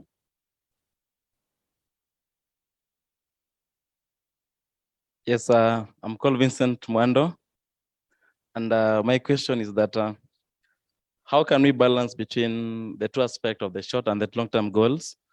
Because one of the speakers just said that the youth, some of the interests are not so much interested in the ideas of about the DNS and so on. But we know that we have the short and the long-term youth, those who want the long-term benefit and the short-term benefits. So how can we be able to balance and actually meet? Because I can say the youth that we are the youth and we are your people. So some of us are looking for the short-term goals, for example, short-term profits and so on benefits. Some are looking for the long-term. So what some of the initiatives we are bringing, how can they be able to actually administer to both the aspect of the short and the long-term? Then the second question is that how can you incorporate the various aspects of the internet aspects to be able to get so that we can be able to bring all the youth together? And for example, this is a DNS forum, right? But it makes others feel like they don't fit in. So how can we be able to innovate other aspects of the internet so that everyone can feel part and parcel of all the discussion going on about the internet? Thank you. I'm speaking on behalf of the Kenya IDF Youth Team.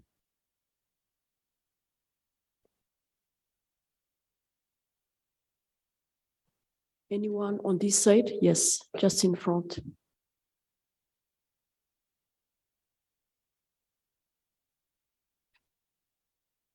Yes, good morning. My name is Mark Oyomno. So my question is, you've talked about how you train youth on about DNS and how they can get this knowledge to do their daily practices in life. But my main question is, in these forums that you make these decisions, what do you do to ensure that you also include youth so that they are also included in the decision-making table? Because I can see that the leadership, such leaderships, I don't see young people taking part. So what are you doing to ensure that women and youths are also part of this so that they don't only act as consumers who benefit from these trainings, but rather what do you do to ensure that they also take part and make these decisions and also train other youths? Because actually, if you involve youths closely in this, then you will understand them more, you will understand what they need. Yeah. And then I will also ask this, you talked about Benin program for women. So I'm just asking, why would you choose to consider women instead of just people generally? What about men? Because some nowadays men are sidelined in very many things.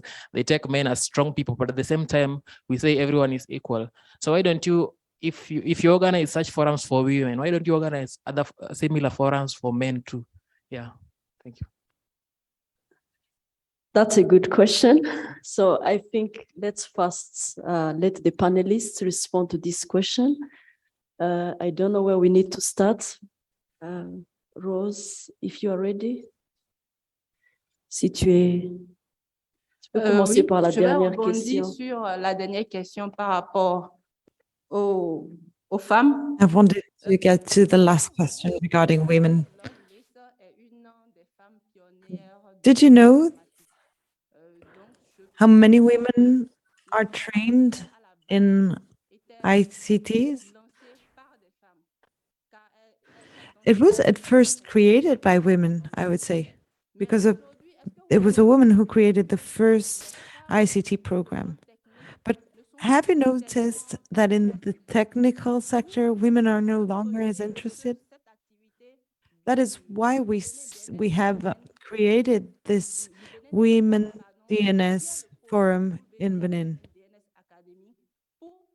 The idea is to have a women's DNS academy in order to allow women to go back to basics, to go back to the source, and to further involve them in all things related to the DNS and the internet.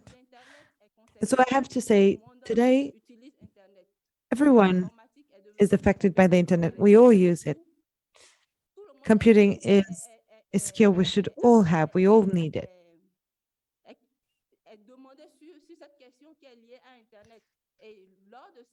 So yes, it involves us all. And during the Benin DNS Forum, as I was saying earlier, the public forum activity groups all stakeholders, both from the private and public sectors, from civil society and end users of the internet. So at that event, we have almost 500 participants, and there are women and men alike, and they're all there to discuss the stakes related to the internet. Thank you. Probably to just add on what she said, you ask why women? Why women? Why not men? So first of all, she's a woman. So I still believe she would wish to empower other women the same way I will do that. But we have a lot of initiative for men as well. It doesn't mean that the focus is only on that. But countrywide, there are a lot of initiatives to empower men as well. But at least what I wanted to comment is that we have seen a small number of women participation in this ecosystem. And that's why I think she focused on women. And to me, I have passion with women. I love to see women involved as well. So don't feel that you are left. There are quite a number of initiatives around that. So I will let the other panelists respond to some of other questions that were asked. Yes, please. Quite a bold question, I have to say. I think I'll start at the last question. By the way, it will be quite funny as a male to speak to women issues. There's two things I always argue with my colleagues. When they plan a Women's Day, I always say to them, hey, guys, do it on your own. I'm not a woman. Come and tell me what you need from me to enable you to celebrate your Women's Day. Simply because the issues that are facing women, I cannot relate to them fully, but I know them. It is a known fact. You can look around the room. If you stand up and look, it's predominantly males. The question is it reflective of our society? We live in a society which is predominantly, we have a large number of women. So in whatever that we do, we need to aspire to be reflective of the society we live in and empower them equitably as males. Now, to share a personal story, I had a former colleague of mine whom I think now she has ascended to become a CIO of one of the universities in my country. When we were having a discussion with her, by that time, I think I was 26, and she was a little bit older. And I told her, you know what, ma'am, I have it better. At least, I have to deal with two issues of being Black and young in my country. You have to deal with multiple issues.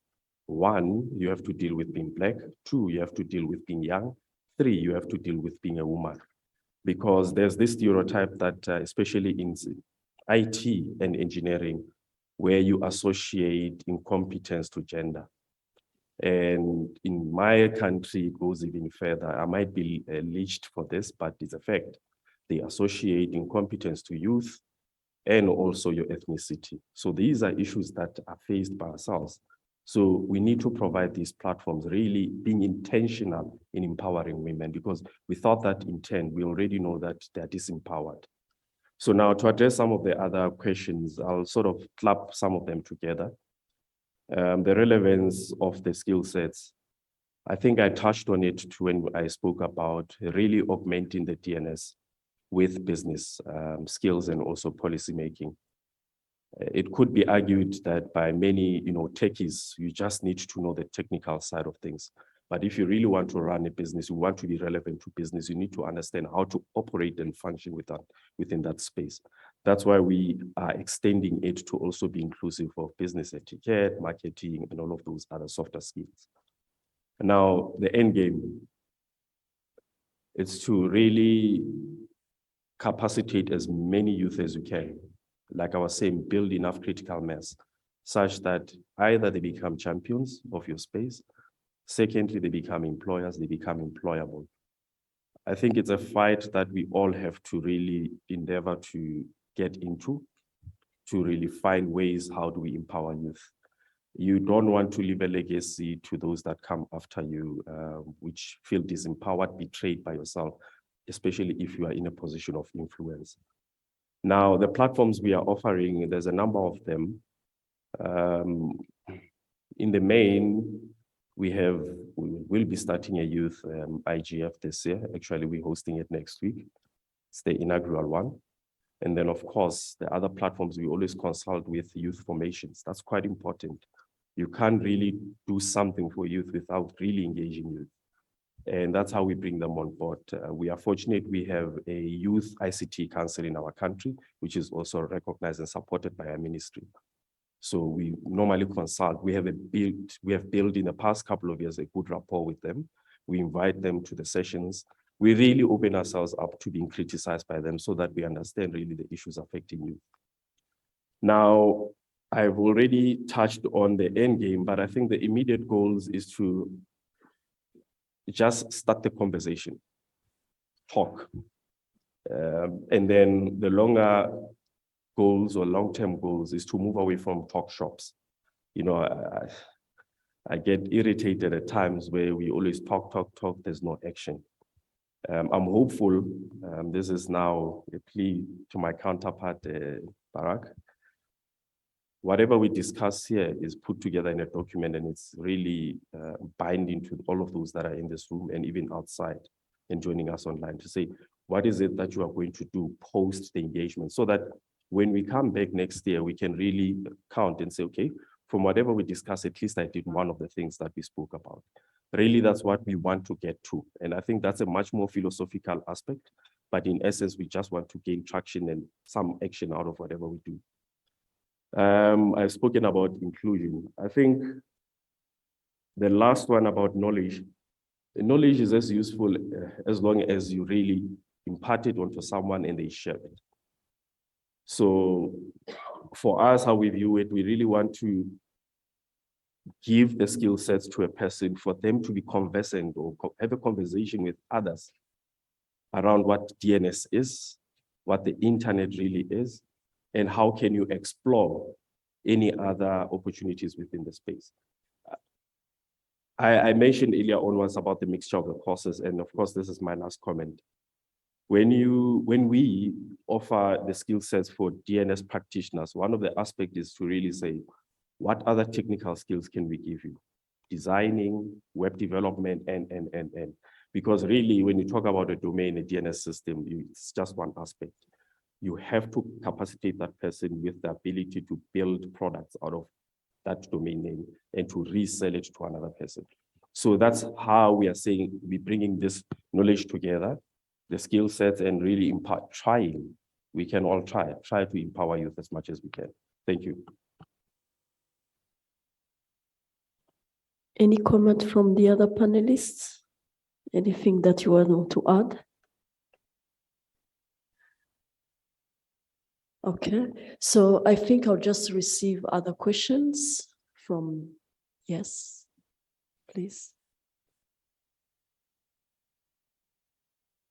Good morning, once again. I'm Gacha Brian, a digital profile at Radicha.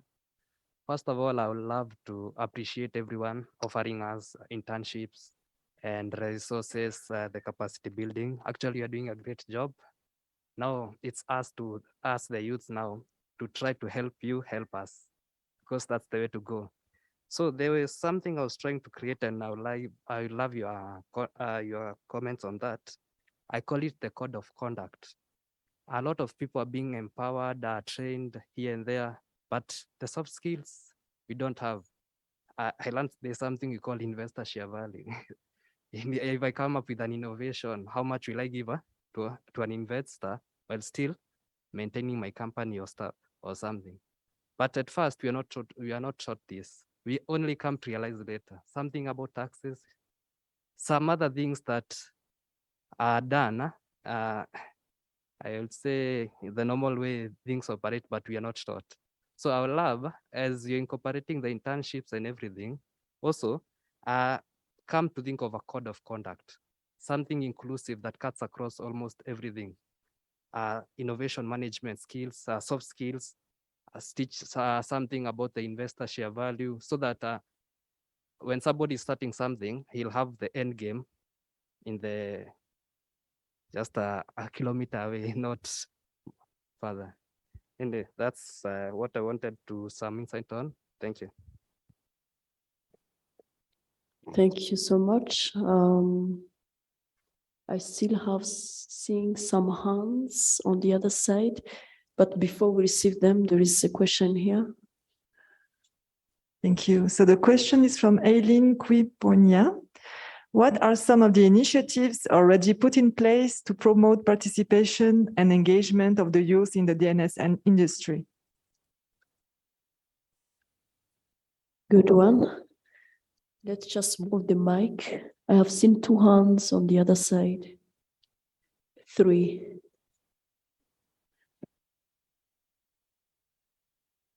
Okay. Good morning, everyone. My names are Josephat. Mine is not actually a question. Mine is just to give a few things that are happening here locally, maybe for the youth, just to try help the panel. I work for the national KESAT. So there's some initiative which I would like to put out there for the youth to know what is happening. This is the October Cybersecurity Month here in Kenya. As we speak, we have 1,200 youths going through a bootcamp on training on cybersecurity. Started on 27 September, going until 7th. The lead students, a team of 15, are going to have some benefit. This is in terms of monetary. They're also going to get mentorship from the people in the industry. They'll also be taken through the process of certifying on some of the courses in cybersecurity. So those are the things that the youth can look out for. So one of them is such boot camps where we organize a large number to be trained in partnership with teams like Huawei. I think this was mentioned in the first day. Another thing that is going, there is a hackathon also for youth, for students. This is happening, I think, on 12th and 13th of this month. At the moment, the registration is around 120. We're still looking for more to participate. And also there are these rewards that I had mentioned for this. These students will also be taken to the national conference that will be happening from 17th. Why the reason they're going there is just to make sure they interact with the people in the industry, and at least some of these can be guided on the career. So for my case, it's not actually a question to the panel, just is to raise an awareness on what is happening here in Kenya. And these details are available on our Twitter feed. Kindly check National KESAT, and you'll find the details of what I'm talking about. Thank you, everyone. Okay. Thank you very much for the opportunity to ask these questions. Okay, so number one is, now I want to ask, what are the best ways to engage with youths in terms of DNS industry? Because the truth is, when you most entrepreneurs, most young people that are coming up with ideas, startups, and you come and you tell them about DNS, most of them don't even know what domain name space is all about, but they just want to get their business online, just want to come on board and start making money, and with opportunities that platforms like Facebook, Instagram, and the likes of them has provided for businesses. It's a kind of pushing away the DNS industry to one side. So what are the best ways we can handle this? What are the best ways we can engage with young youths, youths that are that are going into startups to actually pass or preach this message adequately? And then number two is, most times when you tell people about domain name space, DNS, and domain name, in quotes, so many people don't even understand. So many people don't even know what domain name is all about. And domain name has a lot of, it comes with a lot of other things attached to it. So what are the best, or how do you advise, one can, pass this message easily, like 1 or 2 words, because, attention span most these days is low. People tends to, catch just very few things from all the things you've been saying. So what are the best ways you can, pass this message, and, it will get to the person you are talking to, and they will be able to comprehend easily what domain name is all about. So lastly, talking about the training. So I just want to ask, is the training just specific, or is it, a kind of training that would train in a diverse fields? Because when we talk about domain name, there are a lot of other things that needs to come into play. So is it specific to particular, so what are the kind of cost contents that one should be expecting? Thank you. Any last question? Yes, please. Sorry, just to add on what he said, I would like to know more on the content of the training for the women training. So like he said, hey, is this specific on just what DNS is, or you guys go deeper to, are you focusing on open source or a particular product? So is it, you say also, training them to get them ready for the business out there, right? So if you can shed more light in, so like just the content, what it looks like, the training materials, what it looks like. So thank you. So thank you so much. Let me start by my neighbor here, just to respond to some of the few questions, and then we can proceed. Thank you for the questions. I think there was one we missed in the first round about hackathons. What happens to the pool of ideas that you generate from those hackathons? So how, even though we have not ran hackathons, my counterparts, what we normally would do, meaning other SOEs or state-owned entities, you run a hackathon, we bring business there and those that are possible investors to really, when the participants showcase their ideas or their products or services, even if they don't win, someone actually can have an engagement and really, you know, see if they can commercialize that idea or support them in their endeavor.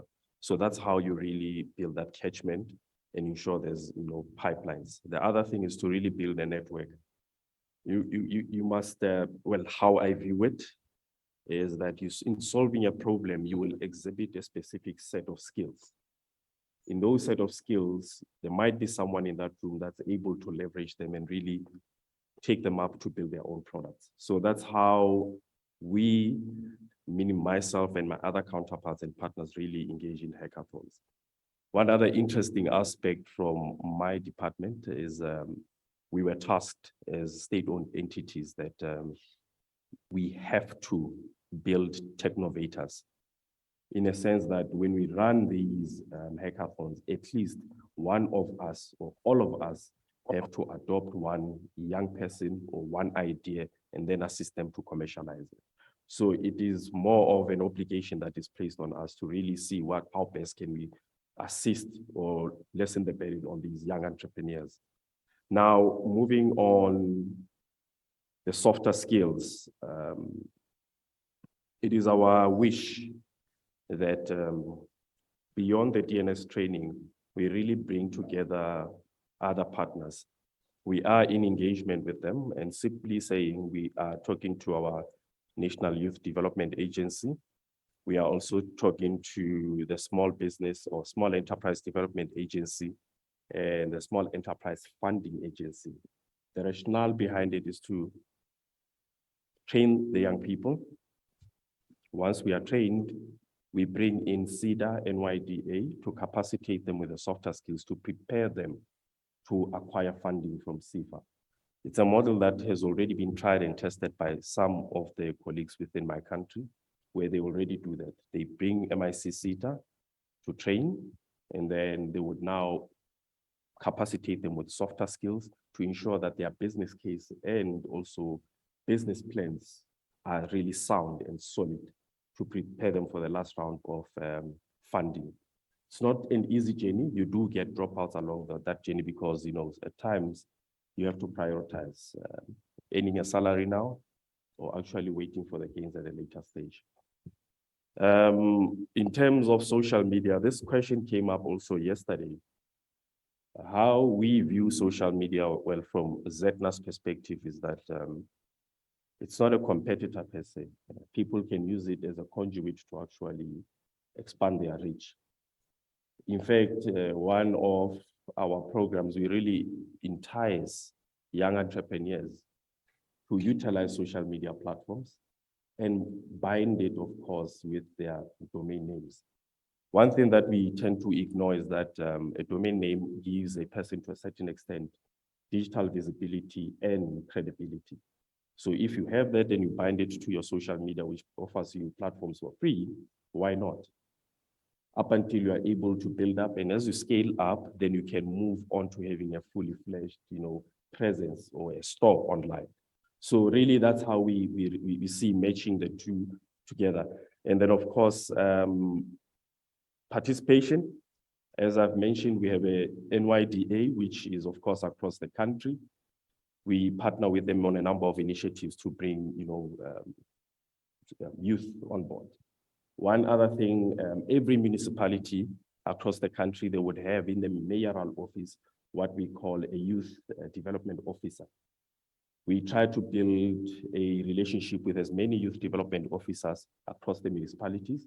And as a matter of fact, as we go into the communities and do outreaches and awareness campaigns, we liaise with the mayoral office to say, can you avail your YDO so that they can really bring youth to the party and also give us access to the people that they normally engage with.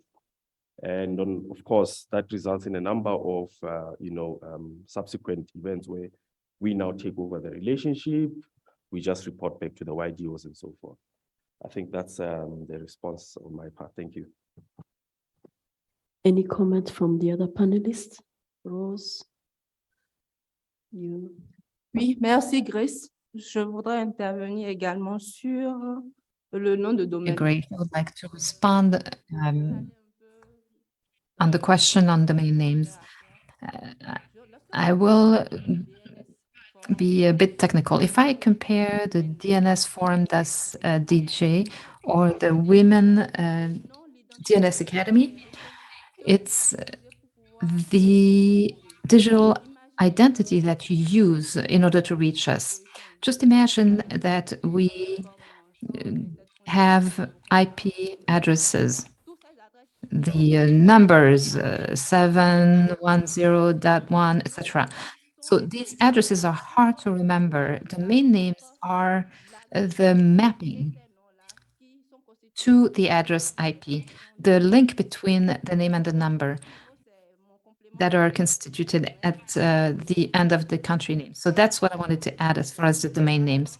In terms of skills, more general skills outside of the DNS, the soft skills, what I can say is self-learning and e-learning. So helping women to get the skills that you need or that they need.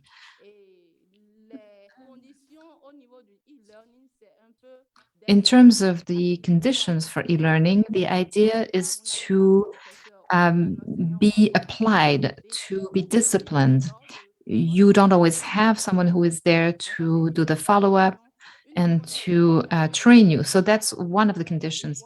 Another condition is to find inadequate area or work environment in order to be trained on the skill that you need. Beyond that, there are advantages. The advantage is that you can stay where you are and just learn what you need. Search for the skill that you need to be trained on and train yourself. So that's in terms of skills. Now, as far as innovation, I was talking about the Benin DNS Forum with its different activities. As the previous speaker said, with the hackathon is for youth. And that's men and women. The idea is to implement the internet system, so to speak. That's what I had to say. Thank you very much, Rose. And to respond to one of the questions that was addressed to I have a passion for youth and women. I love training. I love when I see people who are skilled and who can take another level to the leadership position that you mentioned about and decision making. So to us, to the youth who are still in the room, I'm still considering myself a youth because I still believe there is a lot to learn. The ball is in our hands. So there are a lot of initiatives you have heard from the panelists from your respective countries. There is a lot that you still need to learn for you just to climb and be positioned in what you wanted as a leader, to be part on the table where you can make a decision. So take this time to learn, and learn. So I will let the other panelists to give their closing remarks, starting from my brother. Thank you very much. I think there isn't much to add other than to say the road is quite long, especially for African youth. Most importantly, what one has to ask themselves is, how do we build a future that you think you can live in? And I think that should be a guiding principle for those that are in positions of power and influence.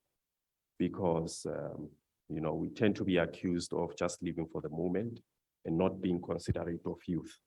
So that should be the question that always drives. What legacy are you leaving behind? And those that come after you, how will they judge you for that legacy you have left them? So those will be my parting remarks as I hand over to my other panelists. Thank you. Okay, thank you. Thank you everyone for this session. I think for me, the closing remarks, I'll only focus on what I've talked about schools. I think we should focus more on teacher training that will trickle down to the students. I think through partnerships and then through sponsorship, if you can get to support, especially the public schools, and also through engaging the governments, I think that will be really important for us. Yeah, thank you. Rose. Oui, merci Grace. Moi, je pense que tant qu'il y a à faire. Yes, thank you, Grace. I think we must not let difficulties overcome us. And when we see that there are only 150 trained people out of 500 who sign up for our activities, that shows a clear need to go on working. So I would like to encourage national and international players to join us to help women and young women, not forgetting men, of course, to get further interested in all things related to the DNS. Thank you. Thank you, Rose. Grace speaking.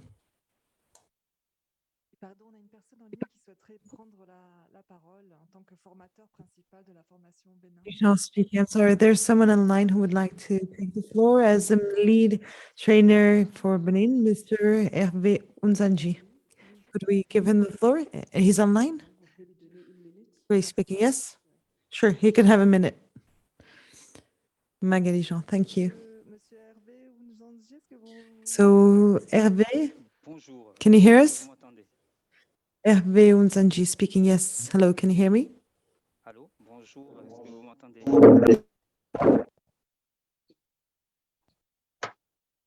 Ok. Bonjour bonjour. Unzanji speaking. Okay, so thank you all and good morning, everyone. I'm so proud to see that Rose is amongst you. As you will have noticed, and it was, as was said, she was one of the fellows in our program, which is called the Women's DNS Academy. And I wanted to take the floor to speak about content. Many participants asked about the contents of the training. And we figured we would work with the DNS universe in general. So as a lead trainer, let me tell you what we do exactly. There's nothing strange in it. We take 20 to 25 women in per cohort, according to the financial means we have. We bring them all to one room where we give them each a computer. And on each of those computers, we try to install a software. It is something simple. Then we introduce them to the way the DNS works. And there are many people, many engineers in our university who have a diploma, but in IT, but who have no idea how the DNS works, how to get started with their computer. So we show them the back end and how it all works. And we get to the point where they get an IP or a server address. And many people have no idea how it works. And so we introduce them to it, we show them how it works, and then we work on technical and practical trainings. So following the implementation of virtual addresses, we set up a primary server, a secondary server for DNS. Then we introduce them to root zone files, how to register a computer, how to set up file, how to work with the DNS, and we go as far as implementing DNSSEC with them. So that is what we do. That's how we go about it. And then once that practical side of the training is covered, we very often invite ICANN to come explain what ICANN does. So we invite a professional who's already in the country in general, and we ask them to explain to our women how the DNS economy works. So if I am a registrar, how can I make a living out of it? How could I work? How could I get operational? So that is specifically what we offer in terms of training. And of course, if you have any content to share, please do so. I am the one who prepares everything. If you're interested in our content, I could also share it with you. And you're most invited to come to Cotonou if you're interested in our forum. I actually presented the Evening DNS Forum yesterday, and the next edition will take place between November 8th and 12th in Cotonou. So you can come see us, and we can also come see you in your country and show you how it works. We do it all the time in Cotonou, but I've also had the chance of doing it in Cote d'Ivoire, with the women there. And I thought it was great. We just lack certain means to go beyond our borders and to grow in other Francophone countries. So thank you for giving me the floor. And then let me tell you that everything we do in Benin is possible thanks to the help of certain people. I am the one speaking, but they're the ones in the shadows. There's Matthias, Aman, Yazid,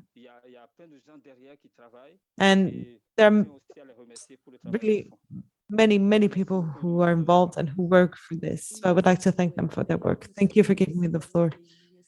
Great speaking. Thank you.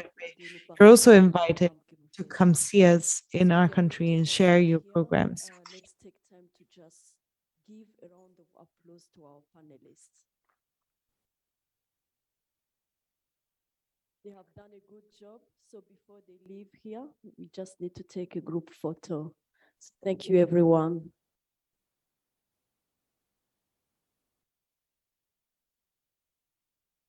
Thank you very much, Grace. And recording stopped. There'll be a photo session.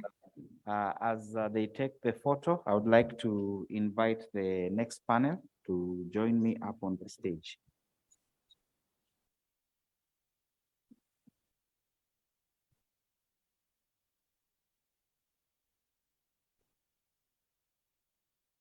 So the next panel is going to look at promoting innovation in the DNS ecosystem in Africa. And we'll have Yazid from ICANN. I think Yazid will be joining us later. We'll have Dusan from Grancy, if you could kindly join me up on the stage. Eduardo, I don't know if Eduardo is already online, if he can be promoted to be a panelist.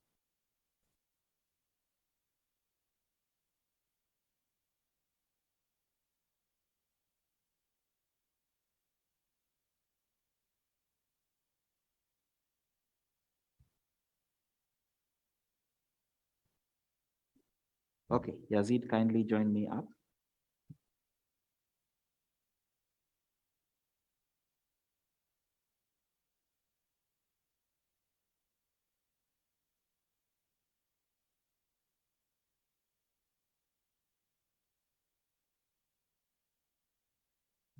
All right, thank you very much. Is Eduardo online, Magali?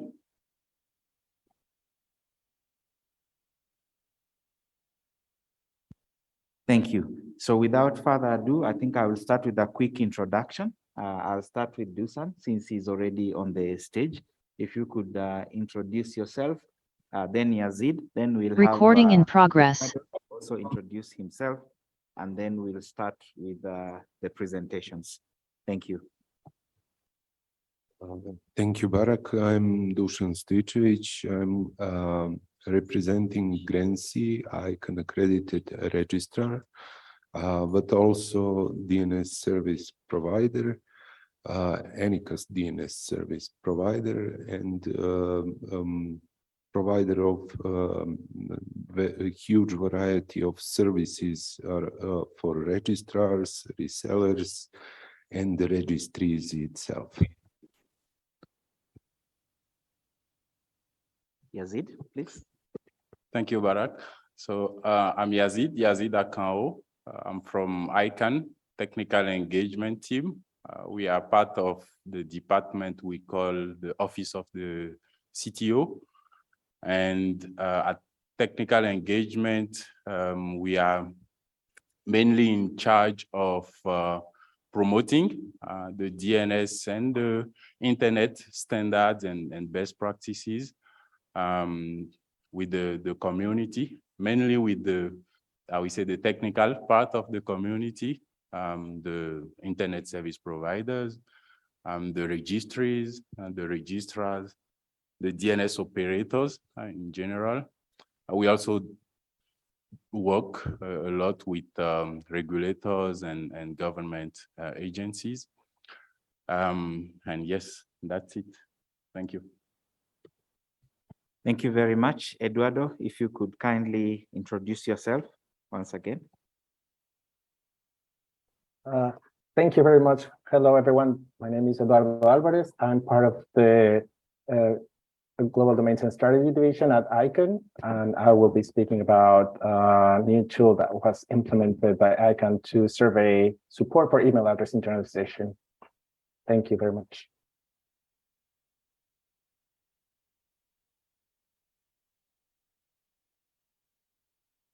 Thank you very much, Eduardo. So in this session, we are going to be looking at promoting innovation in the DNS ecosystem in Africa.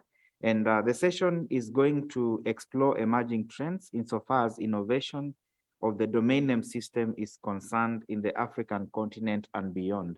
So we have been discussing a lot of innovative solutions and products that have been coming up in the DNS ecosystem. And we are going to hear from the panelists who are not only players in the ecosystem, but are key in some of the innovations that have been coming up in the DNS ecosystem, and they'll be sharing with us what they have been doing. After that, we'll open the floor to the audience once again for questions and comments that will enrich this conversation. So I'll request Dusan to start off the conversation, and after Dusan, we will have Yazid, and then we'll have Eduardo in that order. So Dusan, you have the floor. Thank you. Like my colleague from KeNIC, who doesn't like presentations, I also don't believe in presentations. So I will speak from my head about what I've heard so far, because as you know, I'm not from Africa.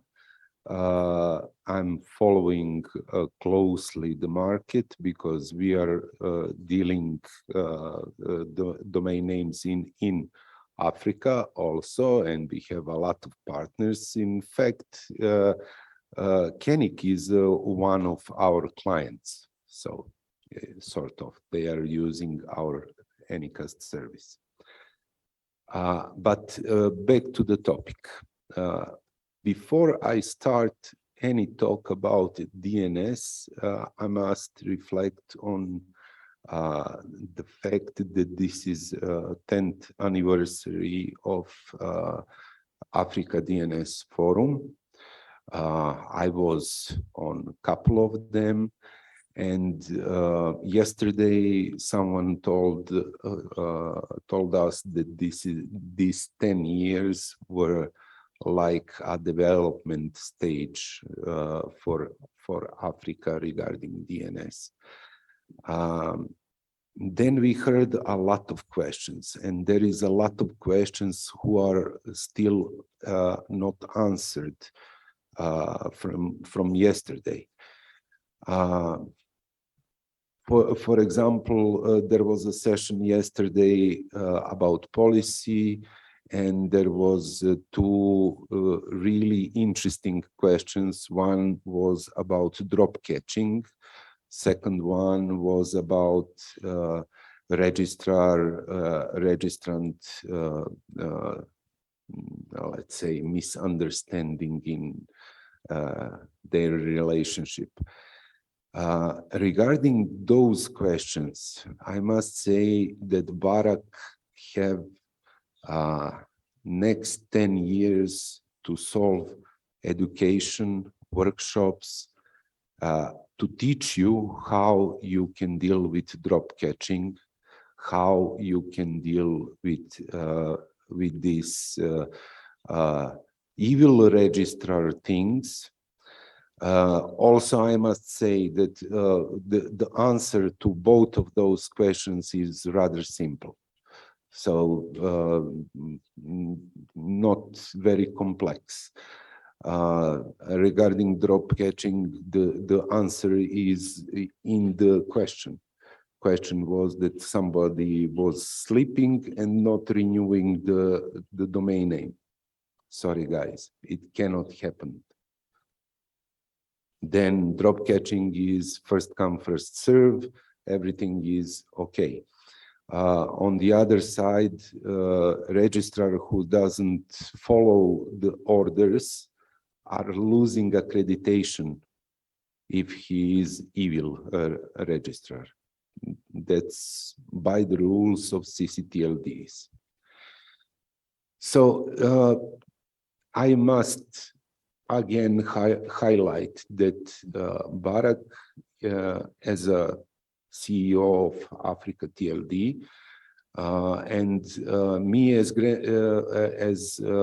manager in Grancy, who is the company is member, associated member of FTLD, APTLD, Asia Pacific, then Center at LACNIC, LACTLD.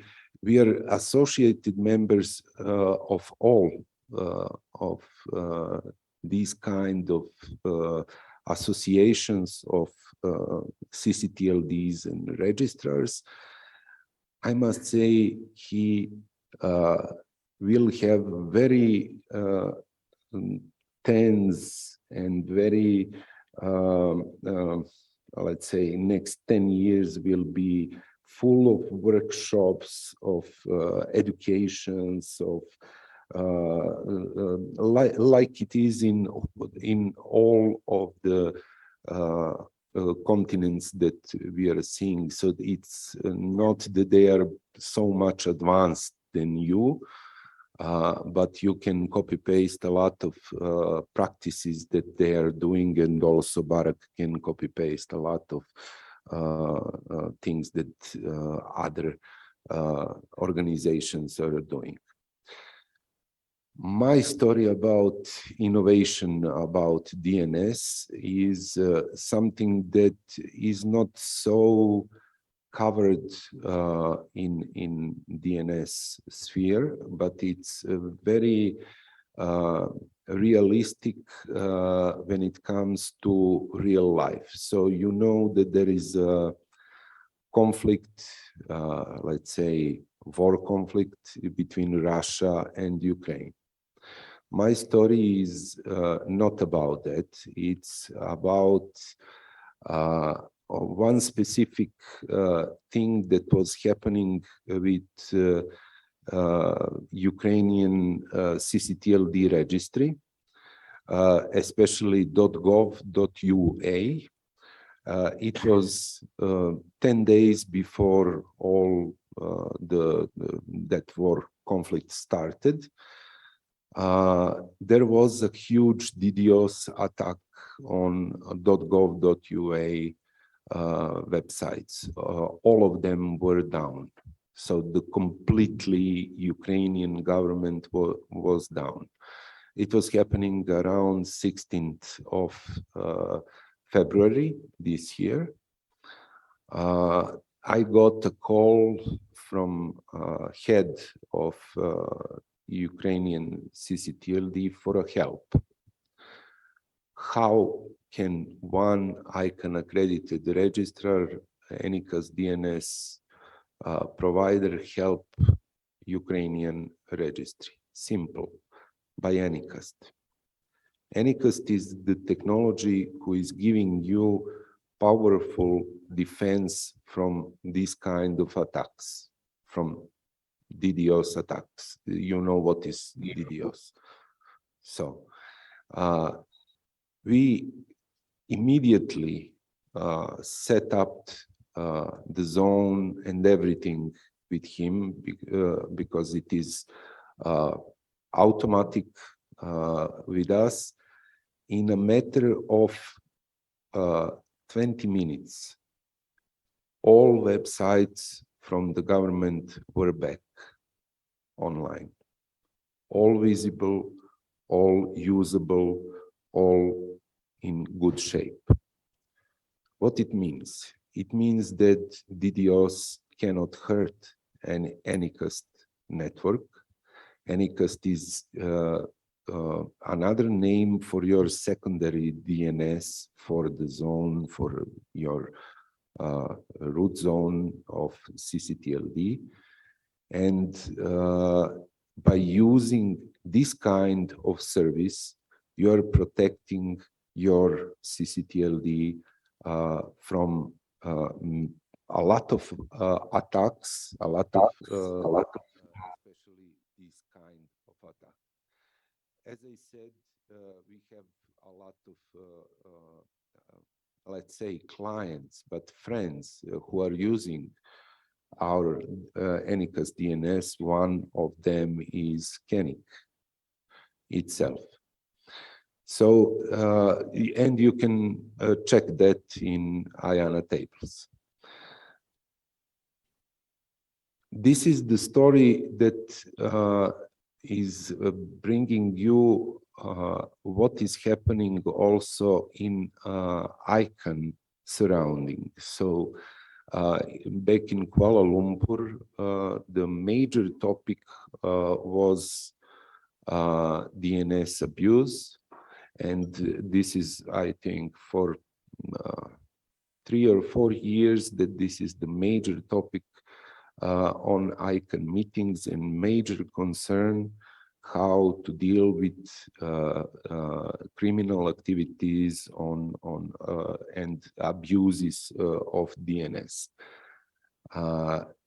In this story that I was telling you about, this is practical example how you are treating these kind of attacks, how you are dealing with them successfully, and how you are going to provide a security for your users as a CCTLD or registrar, because we have a lot of registrars who are using ENICAS DNS service for their clients, for security of their clients. And this is the story that I will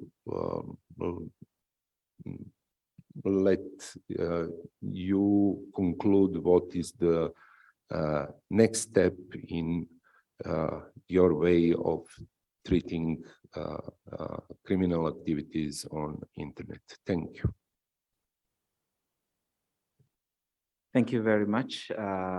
Eduardo, are you ready and do you have a presentation? Yes, I am ready and I can share my own screen if that's okay. Go ahead.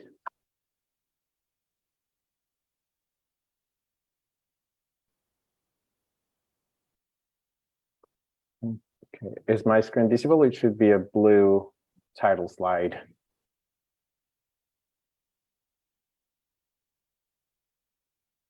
Yes, your screen is visible. Thanks, appreciate it. Okay, well, thank you very much for having me here. I'll move to a very different topic from my colleague Jason here. I wanted to present to you this new tool that has a purpose of measuring or surveying email servers across TLDs in second level registrations for proper support of email address internationalizations. Let us start. So as part of ICANN's work on universal acceptance, we deployed this tool and survey that we're running quarterly across all of GTLDs to measure and evaluate the status and progress over time on universal acceptance readiness. The purpose, as I mentioned before, is to survey the support on EAI or email address internationalization on mail exchanger servers in second level domain names across TLDs. This tool uses as input TLD zone files, the public DNS information, and it will produce as output a list classified per TLD, country, and the level of support of the second level domain names, the MX servers found for these second level domain names, and the IP addresses that the MX servers resolved to. For a quick overview on the process on how we evaluate the support for EAI on email servers, we do it in three main steps. First is taking the TLD zone files and get the list of all of the second level domains that are registered, and then query the DNS for any existing MX records that are found for those second level domain names, and then their corresponding IP addresses that they resolve to. As the second part of the survey, for each of the IP addresses that were obtained in this process, the tool will retrieve the IP geolocalization details for statistical purposes, and then perform a test of 3 steps as described below with 2 different internationalized email addresses. That is, email addresses that are using non-Latin characters that are required to support internationalized domain names that are basically not English, not Latin. So will be characters in Cyrillic, in Arabic, for Chinese language, etc. The 3 steps or the main tests that are performed is sending an extended hello command to the survey server and look in the response for the specific header SMTP UTF-8, which is defined in the RFC 6531 for internationalized domain names. Then if that first test is successful, then it will proceed, the tool will proceed to send a mail from command with one of these test addresses that are using non-Latin characters and validate for a 250 response, which means that the server is accepting this transaction. And if that's successful, then the test ends and it's registered as proper EAI support for the email server, and it quits. It just repeats it once again with these 2 test addresses, where the only difference is we're using the domain name as an ASCII label or Punicode, which is these domain names that look like XN, hyphen, and then a set of characters. And the second test email addresses use the domain name in the U label form or Unicode, which is the proper script or non-Latin, non-ASCII characters. Then lastly, it's just storing the results for each survey IP addresses, and it will classify, group by MX server, the support rate, which can be any of full support if all of the IP addresses of the mail server pass the test, partial support if some did but some didn't, or no support if none of the IP addresses pass the test.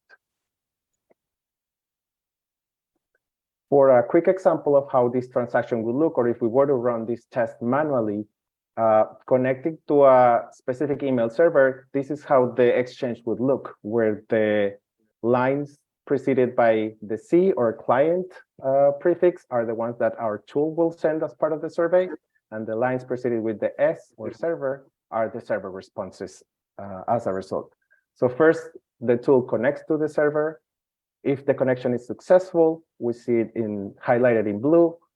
It sends the extended hello or LO test, identifying itself, and it will check for the server response, which would normally include all of the headers that are supported in the email server. The survey tool will specifically look for the header of SMTP UTF-8, which is the one which is highlighted in red in the screen. And if that's present, that's a successful test. And it will proceed to send the mail from command, which is the third one here in blue. We can see it's a mail from, and then all of these Cyrillic characters forming an internationalized email address and the corresponding header. And then it will look for a successful response, which is code 250, and not any of the other error responses, which can be anything from temporary messages, which are the 400 codes, or just plain old errors, which are the 500 codes. And then you just record the result and terminate the connection with a quit command. It does not proceed to send any emails whatsoever. It just starts the transaction to verify that it is accepted. For a quick description of the tool, well, it's implemented in Java. It relies on Apache Maven to be deployed. There are some other dependencies to run, like the Java runtime environment, which should be Java 8 or later. It relies on Docker, it uses MariaDB. And then there's a couple of other dependencies. NoSQL is used for an optional step in the process to export to a cloud solution for data warehousing. It's not necessary. And all of these details and more are available in the web page that is in the bottom of the slide, github.com/icon/EAI-survey-tool, where the source code of the tool is available for anyone that wants to use it or just check what it's doing. As part of the output that the tool generates, this is the data model. It's 4 main tables that are in the upper side of the screen. It tracks the progress of the survey in different steps of the process. Then the record table is the table for all of the second level domain names that are parsed from the TLD zone files provided as input. The MX table is the one that will register all of the MX records found for those second level domain names. And then the IP table is the one that will store each of the IP addresses that the MX records result to and the corresponding result of the test I described before. Then on the bottom part, we just have relational tables to complete this. This data model ensures that each IP address is tested only once, regardless of how many MX servers might result to the same IP address.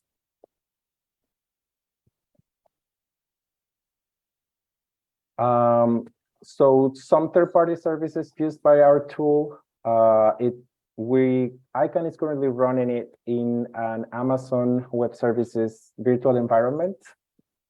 This helps test it from a third-party neutral server, not ICANN's infrastructure or anything special. But of course, the tool can run in any environment that has the Java runtime environment and the dependencies I mentioned earlier. It relies on Google's public resolver to resolve the second level domain names, look for the MX records and the IP addresses that it resolves to. And it uses MaxMind, is the company or a service that provides IP geolocalization data. So every IP address that is tested, in order to find which country is registered on, it relies on this service to get that information. And finally, Snowflake, that's the cloud solution for data warehousing that I mentioned, that the tool supports the option to export it to. It's used by ICANN, but it's not necessarily to use every time the survey runs. Some things to consider: the tool does have some mechanism to mitigate false negatives. Where the tool is running, the server has a fully functional SMTP or email server configured to receive emails from any of the test addresses that we use in our survey. It uses load balancing between 2 IPv4 and 2 IPv6 addresses to distribute the load. And we have switched to different IP addresses to avoid any blocking on block lists or malware lists that we monitor to make sure that we're not added to from time to time. As I mentioned before, the survey tool does not send any emails at all, any unsolicited emails. It just initiates the transaction, verifies the proper response, and terminates. And IP addresses are tested only once, as facilitated by the data model of the tool. There is a maximum number of retries that can be configured. Currently, we just try each IP address once. And if we were to try more, but we're not doing that, there's a 30-second wait period before retesting that IP address again. And there are also wait times implemented between IP addresses that are within the same /16 IPv4 address block or /48 IPv6 block or network to prevent any rate limiting or perception of any sort of like a attack. Some known issues. There are automated DNS block lists here. We know, we're aware, and unfortunately, there's no way around it. These anti-spam traps basically are email servers that are published in the DNS, but are not really functional. They're just waiting for some tool like ours that finds them in the DNS. If they get contacted, then they will immediately flag the server or the IP addresses as spam or unsolicited mail sender. So we know that that's an issue that unfortunately we have to live with. And also, there can be other email servers with very strict security policies that whenever contacted from an unknown server, like our survey tool, then it's also likely that they might flag them as spammers or some other bad actor, even though it's not sending any emails, just by the only fact of being contacted or in connecting to those servers. To explain a little bit what the type of results that our survey tool generates, here's a summary table. While the tool persists all of the individual results of all tested IP addresses, we do generate some aggregate statistics. And as I mentioned before, we run the survey on a quarterly basis. So here are the last 3 surveys we run, starting January, April, July, and we're currently running the survey for October, but it's not available yet as it's still running. It takes a couple of days to run. But here are the main details. We can see that in each survey, we switched the script used for the test email addresses to make sure it's not biased to any specific language or script. We don't see any particular variation on the results, so that's a good sign. The survey has been executed using all available GTLD zone files, which are the ones that ICANN has access to, which is 1173, and minus some revocations that have happened along this past year. And then how many, the sample size, how many MX servers or email servers we have found is roughly little over 35 million. And these result up to a total of 2.5. Last survey, there was a slight drop to 2.4 million IP addresses that are unique. And overall, we see a relatively small percentage of IP addresses that are actually passing the test, which is ranging from 7.24% in January, slightly going up to 7.38% on July. These are the email servers or the IP addresses that have passed all 3 tests, as I described, with both forms of the test address. We do see a big percentage, approximately 1/3, which is 32 to 33% of IP addresses that could not be tested. This means that the server either did not respond to the tool when performing the survey, or refused the connection, or responded with some other temporary SMTP code, for example, to that the service is not available, or some other result code. This also includes special use IP addresses that are not tested, which include, for example, private addresses. For example, in IPv4, the 10 point so and so C block for the network, and similar addresses, those fall in this category. And then the IP addresses that are failing the test, which means the email server did respond to the survey, but it either did not have the SMTP UTF-8 header indicating support for internationalized email address, or it did have the header, but it failed the test where it would accept the sender email address with an internationalized email address. Those would fall in this category, which is roughly from 59.93% in January, and with a slight decrease to 59.30% in the last survey in July. We'll see what the results say in October and hopefully track this progress over time. If we were to look at these results, not from the IP address level, but go into the MX server level, which is these 35 million unique MX servers that are found, we see slightly more promising results, meaning that most of these MX servers are pointing to these 7.20-something% of IP addresses that have valid email address internationalization support. So we see a good increase from 19.95% of MX servers with full support to 20.98 in July for MX servers with full support, meaning all of the IP addresses passed the test for those MX servers. A very small percentage of the MX servers that have partial support, which is kind of expected.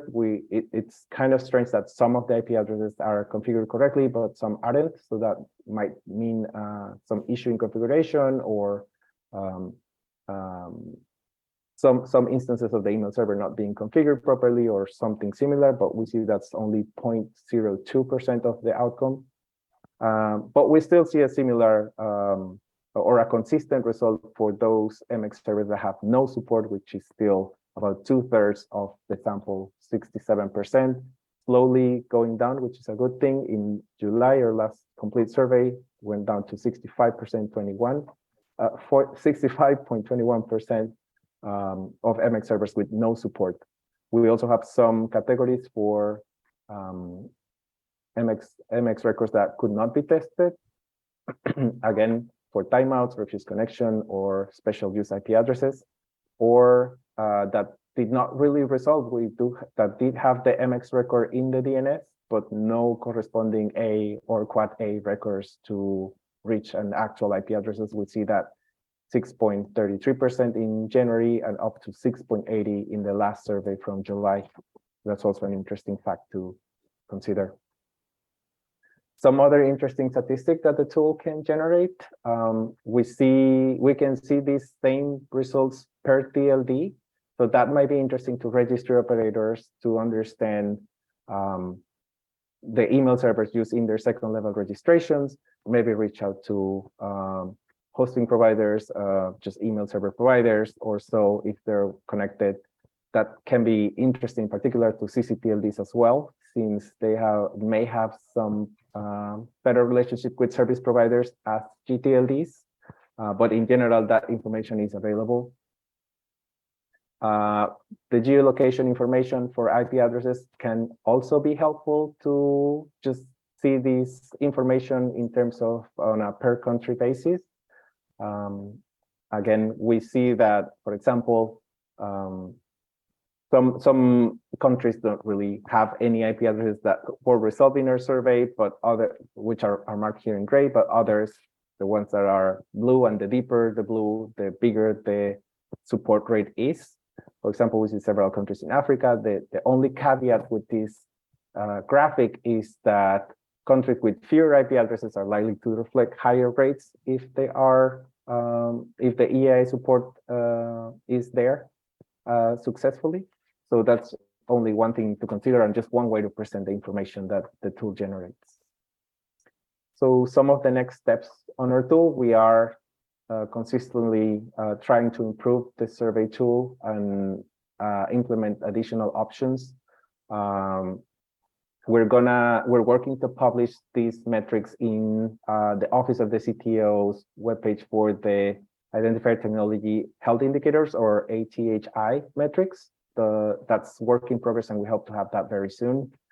We're also working on implementing in the tool functionality to identify the email server software based on the test results, which can help us pinpoint if we can reach out to someone in particular to work on their EAI support, or understand why those may or have higher or lower support rates in the overall DNS.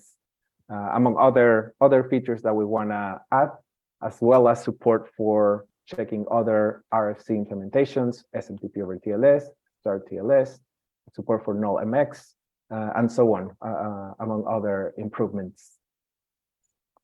Lastly, as I was saying before, just CCTLDs are not considered in this survey because ICANN does not have their access to their zone files. So we encourage and invite CCTLD registry operators to run this tool on their own zone files to get a sense of how this EAI support rate looks across second-level registrations. Or if they're interested, they can also consider asking ICANN to run the survey for them. If they provide access to the zone files, we can certainly do that. Anyone interested can contact us at globalsupport@icahn.org. And that's it for me. I'm happy to take any questions if there's time. Thank you very much, Eduardo. Over to you. Thank you for the presentation. We'll come back for questions and answers. Please note them down. For now, I'll move to Yazid for his presentation. Thanks. Thank you, Barak. I'm going to share my presentation. So here we are. Cool. Thank you. So hi, everyone, again. I'm going to talk a little bit about our CCTLD's resilience. And we are going to go through some kind of figures. Some of them are quite strange, but don't worry, we'll discuss about them. So very briefly, we have today 54 CCTLDs. CCTLDs mean two-letter country code, top-level domains, but we also have 6 IDNs, country code top-level domain today. And so far, from 1990, when the first two-letter CCTLD was delegated, up to 2011, when the last one, which was South Sudan, was delegated, we have seen kind of increase in terms of overall resiliency, overall diversity also in terms of authoritative name servers, where the zone 5 are actually served to the public of the internet. But we have also noticed that this diversity has bring another kind of issues, and we'll discuss about some of them at the end of the presentation.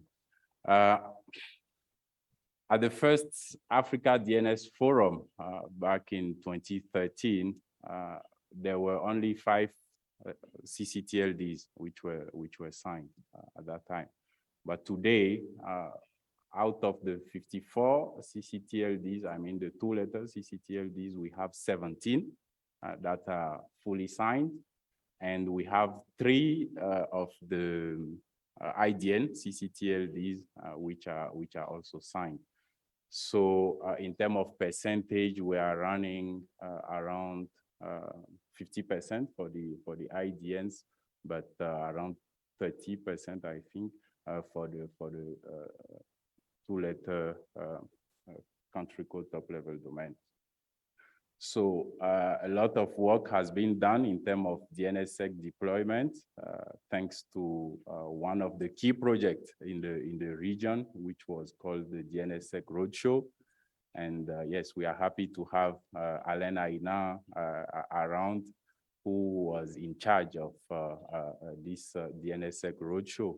And at that time, we had up to 10 CCTLDs who really signed via this project. Now, when we go to, let's say, the details of the configuration in terms of the infrastructure of those CCTLDs, the first comment here is about the name server sets, you know, those authoritative name server lists, which are provided by the CCTLD to ICANN to be published to the root zone. When we compare this with the detail within the zone itself, some of them are well aligned. On the two-letter CCTLD, we have 94%, which is quite good, but there are 3 of them which actually needs to take some actions, you know, and on the IDN CCTLDs, 50% of them, because it's 3 of them actually which are not aligned, and this creates a kind of latency in the resolution, in the DNS resolution process for the sub-level domains, for the second-level domains, sorry, under those TLDs. And for the end user, the direct consequence is that there will be some additional time to access the content they want to access, because some requests will fail because of this DNS request, which actually went to an inexisting DNS server or a wrong IP, which could not actually provide the answer.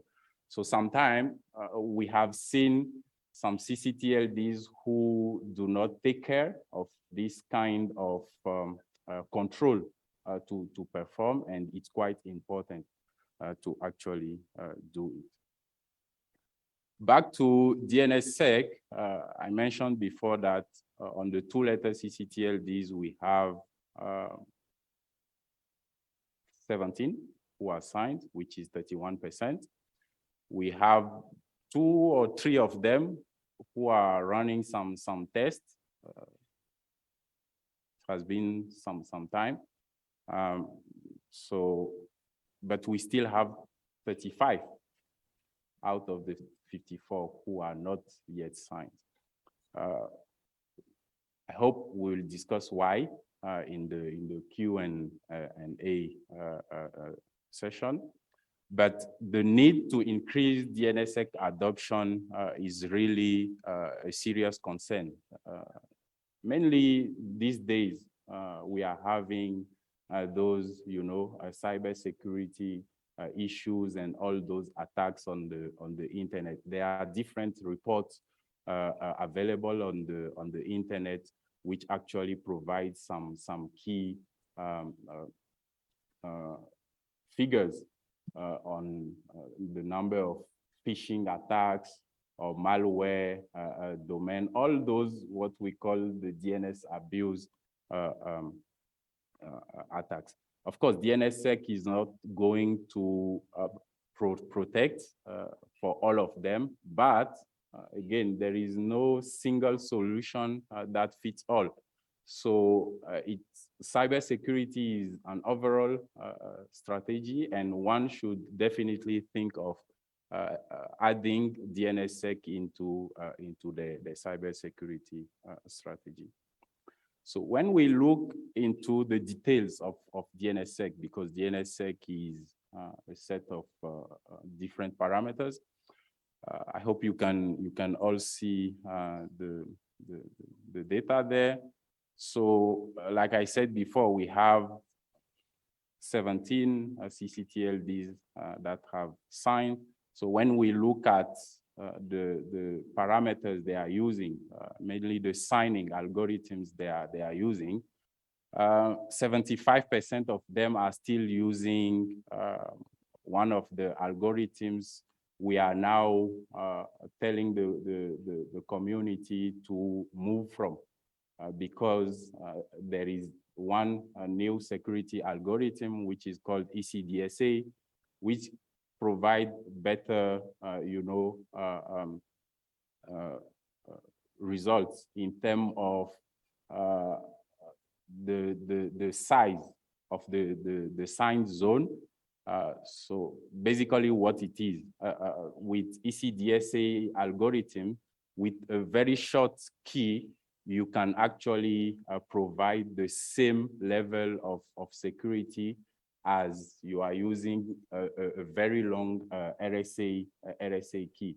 And the direct impact on this is, if you are using the new recommended algorithm, you may actually increase the zone transfer duration. For instance, the zone transfer is when you are moving one zone file from the main server to the secondary servers.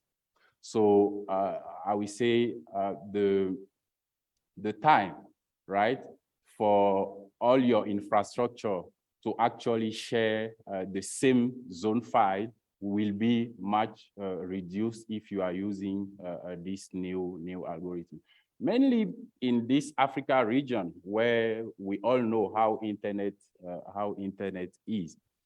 The second advantage of using ECDSA algorithms is also that it reduces overall the resources consumptions on your server, the encrypting or the signing infrastructure, but also your memory and the bandwidth you are going to use, just because the signed zone file has been really reduced in terms of size. On the other side, to establish what we call the chain of trust, the zone administrator has to share what we call the delegation signer with the parent. And here also there are some key recommendations. Using SHA-1 is no longer recommended because of some attacks which have been identified by the cryptography, ecosystem. So we really recommend all those CCTLDs that are not following the best practices to actually think of implementing them on the infrastructure. There is also another parameter which is called the proof of non-existence, still related to DNSSEC. We have two versions of them. One is NSEC and the second one is NSEC 3.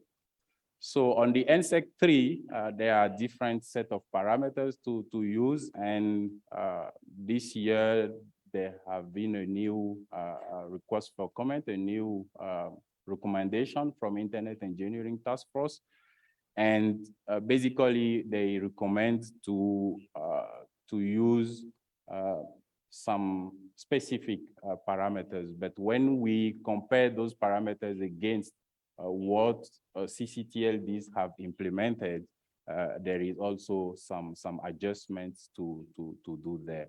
And yes, for some of them, it's quite, I would say, strange why some parameters have been used, but it definitely affects the way the DNS resolution also occurs, and it could negatively impact the performance of the zone. Then on IPv6 adoption, so far it seems that most of our CCTLDs, almost all of them, have at least one of their name servers that is a dual stack. We have unique count of name servers for all the 54 CCTLDs. There are 218 individual authoritative name servers. And so far we have 64% of them which are dual stack. Dual stack means that they have IPv4 and IPv6 together. And on the IDN side, we have 31 authoritative name servers for the 6 CCTLDs. And so far, 20 of them are dual stack, while the others are only IPv4. So we also noticed that there are 1 or 2 CCTLDs which are running under only IPv4. None of the name servers have an IPv6.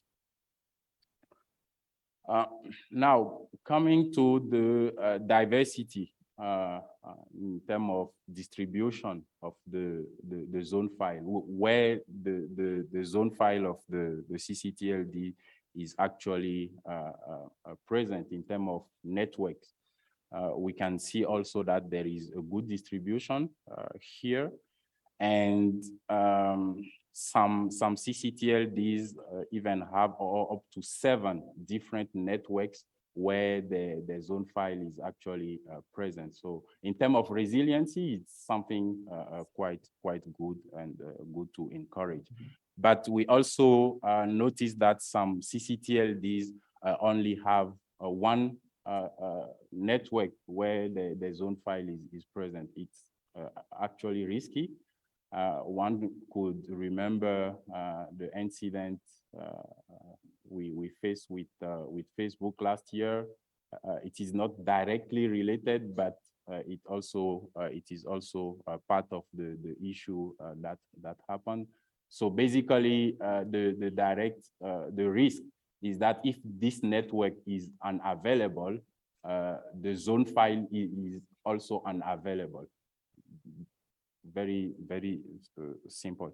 So the more you make your zone file present in different networks, and what does it mean? It means that your authoritative name servers, the servers which answer your zone, you need to make sure that you have different servers in different networks, in different locations.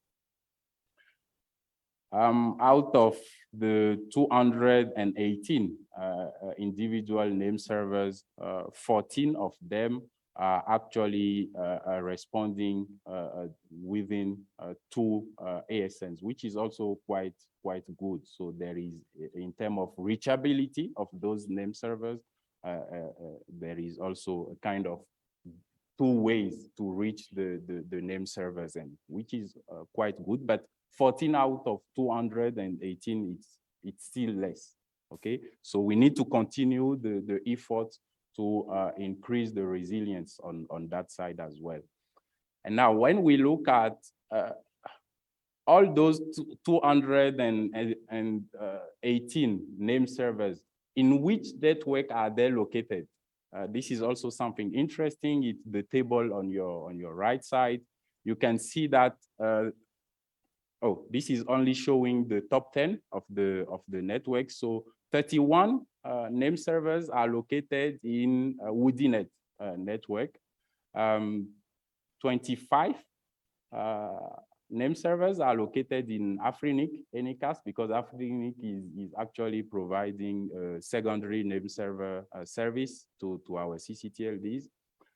10 are in RIPE network. And yes, 6 to 9 in the other networks. This actually also show how distributed are African CCTLDs. I mean the name servers, the physical name servers. It could has been good. I'm not saying that it's bad, but it could has been good to see that an African network is on top of that, right? Yes. So going now to other areas of resilience, our CCTLDs. There are many areas, so you know. A parameter of the CCTLD, I mean, an administrative parameter is called the start of authority. It's a resource record which actually holds a lot of information on how your domain is administered and how your name servers also talk to each other and how they serve the zone file.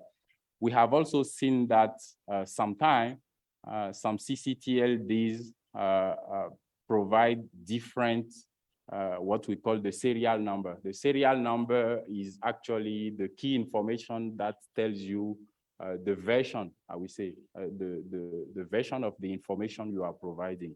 And sometimes some CCTLD provide 2 or more versions of the zone. This is quite also bad because at the point of time, you don't know which of all those information you can trust, right? Normally, you have to do your best to provide only one zone file at a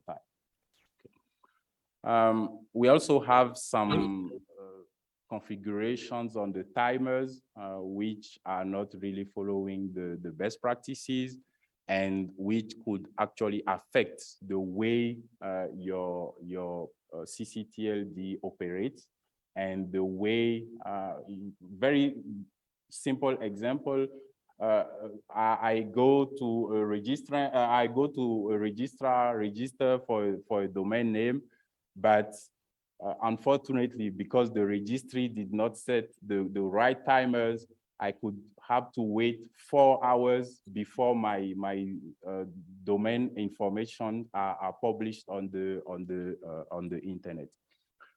We also have some lame delegations issues, eDNS, because today the way the internet is evolving, the DNS also is evolving, and we should be aware of all of these, I would say, new functionalities and make sure that our different name servers implement them for better resilience of our DNS again. Yes, a lot of missing or out of date documentation, architecture of our infrastructure. This is maybe not directly related, or it is not maybe directly affecting the performance, but think of an issue you are facing, how long it will take to your team to react if they do not have a proper documentation of your infrastructure. And mainly here in our region, where the turnover of the teams, of the staff, I mean, is quite very short, because people are looking after opportunities and so forth. So documenting your infrastructure and all your procedures are very important and could actually impact your resilience. So I will end up with some questions. How to improve Africa CCTLD's resilience, how to improve the overall operations to reduce the likelihood of breaking the services, how to also increase DNSSEC adoption at the CCTLD, but also at the second level domain, mainly today, where in most of the countries the governments are going for digitalization. We are improving online transaction, financial transactions. So all of this must be secured, but how can we achieve that at the registry level? So for us at the technical engagement team, I can provide some answer of what we have been doing. We have been doing some training and capacity building around overall DNS operations and best practices. So it's not only related to configuration, but we also support in terms of change management, incident management processes, monitoring. It's also extremely important. Support on DNSSEC deployment. We have published a guidebook to make it very easy to people to understand what it is to deploy DNSSEC. And we also support in terms of implementing the test bed and assisting in terms of writing the procedures. Of course, we want to write the procedures for you, but we can guide you, we can help you, we can share with you what has been done and what is, I would say, the state of the art, right, on this regard. But sometimes, yes, unfortunately, I would say, we are seen as very rigorous in our way to proceed. And yes, sometimes people feel like we are pushing too much, but we are just following the best practices, and we do as much as we can to follow what the best people on this ecosystem are also doing, right? New initiatives also we are running. The latest one is kindness. So for those who are interested in kindness, you can go to our booth.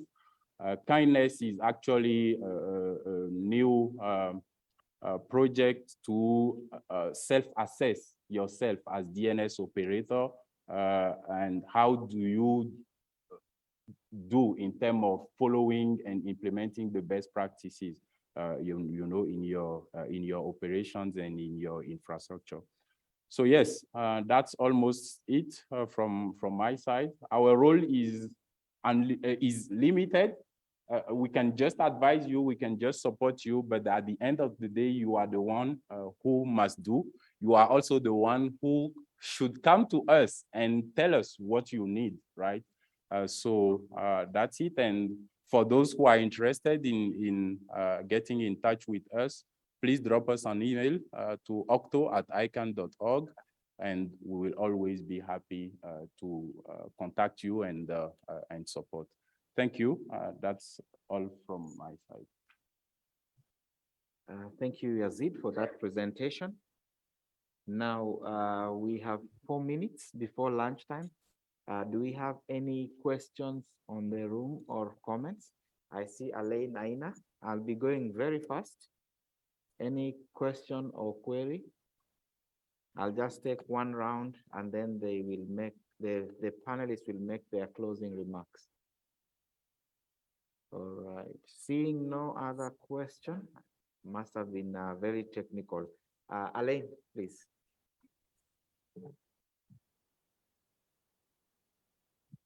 Okay, Alain Aina again, AFNOG.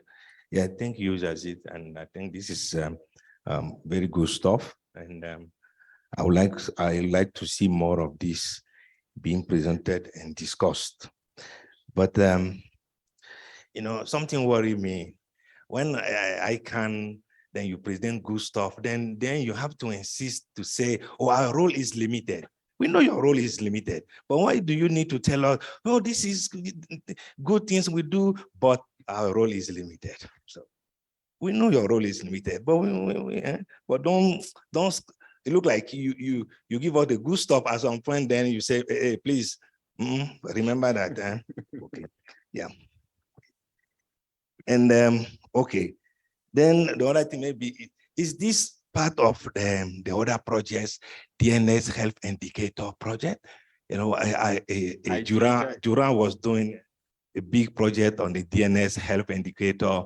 So is it part of it, or can you just tell me a little bit about where are we with the DNS Health Indicator project? Thank you.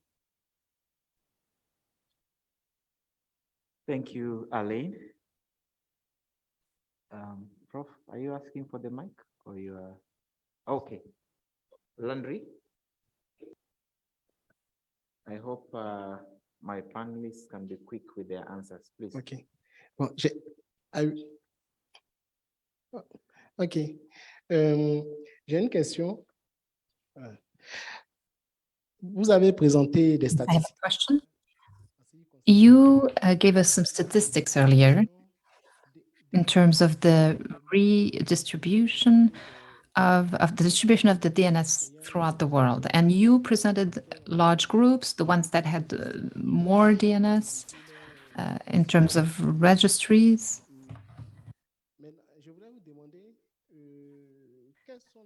I wanted to ask, what are the best practices? Because the goal is to cover the world in terms of resolution, DNS resolution for our extension. That's why we sent our secondary DNS server to the registry. But you are saying that at the level of Africa, we have Afrinic servers, and we know that Afrinic has Anycast on its servers throughout the world. So it seems like it was not necessary to do it at the African level. But what is the advice that you can give us, given all of this?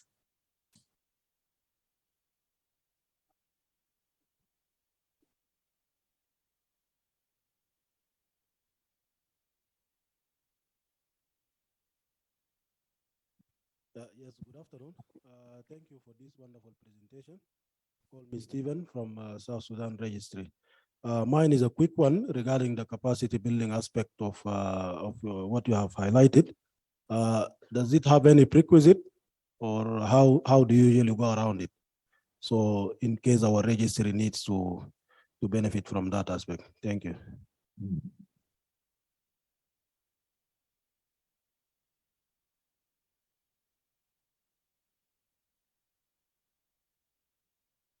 Also make your closing remarks. Okay, thank you, Barak. Thanks everyone for your questions. Thanks, Alain, for your comment. On these slides I've shared and the graphs and the statistics, it's quite different from the one you mentioned about, which is the ITHI, the Identifier Technology Health Indicator, which is a project run by ICANN. And there is a website for that, for those who are curious about knowing about ITHI. But this one is, I would say, a new project that we internally run at the technical engagement department. And the objective of this platform is actually to generate such kind of statistics for all the CCTLDs, even the GTLDs, and also the recursive resolvers used around the world. And we are still thinking of linking probably both projects, but for the moment, it's completely different initiatives that run in parallel. So on the second question, which is related to advice on the zone file distribution, I will go in French just to also kind of dual stack, you know. Donc, je vais revenir en français. Malheureusement, désolé pour ceux qui vont devoir mettre le... I will go ahead and speak in French. Sorry for those of you who need to wear a headset, but the statistics that I showed you indicate in which network the different name servers are situated, the ones that we use for CCTLDs. What we can see here, basically, is I'm having a little bit of a pan-Africanist approach, but what we can see is that out of the top 10, only one is an African network where you have name servers. So what I mean is that if I look at the top 10, you only have one. So each address, each IP address is taken from each CCTLD authoritative server, and we see where this address is. And what we see is that out of the 218 servers for the 54 ccTLDs, 31 are in an American network, 25 are in an African network, 19, 9, 8, and 6 are in European and African networks. So it's not bad. It's not at all bad. It's good to have diversification. It's very good. But what I want to stress is that it might have been a good idea to have a top 3 of African networks that use NICAS as well throughout the world. That's not an issue. That's excellent. But when you look at these IP addresses, that they should be in African networks. That's what I wanted to stress here. And then the last question, the prerequisite for training. Are free, and for almost all of them, they have specific prerequisites. But we need to make sure that those who are attending the course actually, I would say, comply with the prerequisite for that course. What does it mean? You cannot request for a DNSSEC course if the team or the attendees do not really know about DNS, for instance. So we graduate also, we deliver the courses gradually based on the profile of the attendees. And all of this can be discussed when you get in touch with us and you request some trainings. We have a kind of discussion to understand who is willing to have the course, and from that we can build a dedicated journey for you. That's all, and I hope I answered all the questions. Thank you. Thank you. I will address, although none of the questions were posted for me. So one was a reaction that ICANN is limited. ICANN, I think Lucky with .Africa will not say the same about ICANN, because new GTLD and GTLD world is all run by ICANN with rules, policies, etc., etc. Lucky can say more on that. Regarding CCTLD world, you must understand that ICANN cannot have any greater role than just advising CCTLD operators how they can achieve better results in their work. So this is something that is different between GTLD world and CCTLD world. And I want to highlight that Grancy is not limited. It's unlimited in their role, that we can provide also workshops, which we were doing, for example, in Angola. And we were providing training for their government, for their CCTLD operator, etc., etc. So there is a place also to get the knowledge about DNS if ICANN is limited. Second thing about Anycast, Anycast technology is based on number of nodes, number of servers across the world. So being in solely African network is providing better result for African people, but Anycast means the whole world. So for example, Grancy Anycast is having 84, I think today, nodes around the world, and it's not only in African continent. We have in all continents covering, and mostly the players from top 10 are doing the same. So they are providing access for the people who are getting your domain names from around the world. So this technology is to cut the latency of your domain names, but also to secure your domain names, as I was saying during my story. Third thing, I want to address EAI, which is part of universal acceptance. How many of you, can you raise your hands, knows what is EAI? Email address internationalization. How many of you knows what it is, what it means? Do you know RFCs from IETF?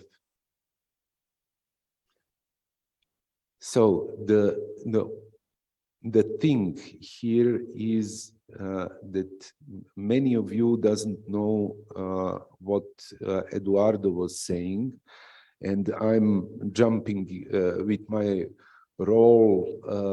I was in Universal Acceptance Steering Group. What he was talking about so-called IDN emails. So you have six IDN CCTLDs. Those are written in ASCII, so in so-called Punicode. Mostly those are Arabic, yes, all Arabic.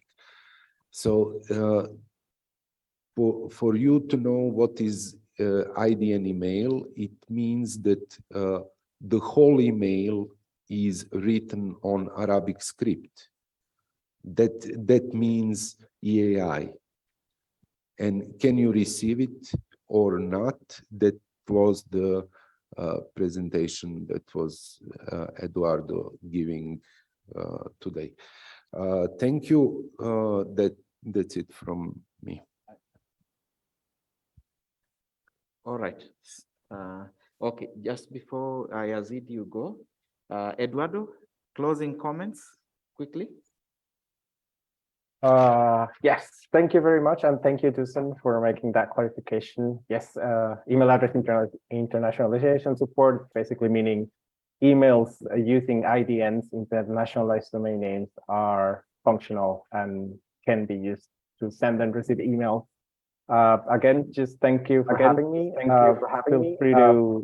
Feel free to contact ICANN for anyone interested in knowing more about this survey tool. That's on global support at ICANN.org, and I believe the presentations will be posted in the website. I think there's a question, but yep. Thank you very much. Thank you, Barak. Thank you, Barak. Just a quick comment on this presentation from Eduardo. I wanted to share just to let the audience know about some kind of opportunities which exist really. I did maybe 10% of what Eduardo presented a few years back after having a presentation on universal acceptance in my country. I did it with a friend of mine, and we shared the results of our survey to the GSE team and then to the UASG. And we got the opportunity to join the Universal Acceptance Steering Group as a UA ambassador, right?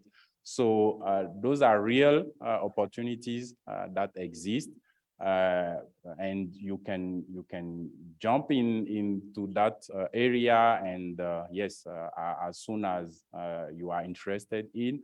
The same thing for the different statistics I showed.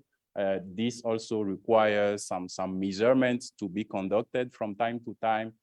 Feel free to play with such kind of things and share them with the community and let people know what you are doing. That was my comment. Thank you. Thank you. We are breaking for lunch. Let's be back by 2 p.m. Just a quick reminder, when we are in the room, let's ensure that we have our masks on. And also let's make sure that we have our tags at all times so that you can be identified properly. Otherwise, I believe the teams will be at the back of the room with the meal cards. Make sure that you have one. Let's proceed for lunch and meet for the afternoon session. Bon appetit.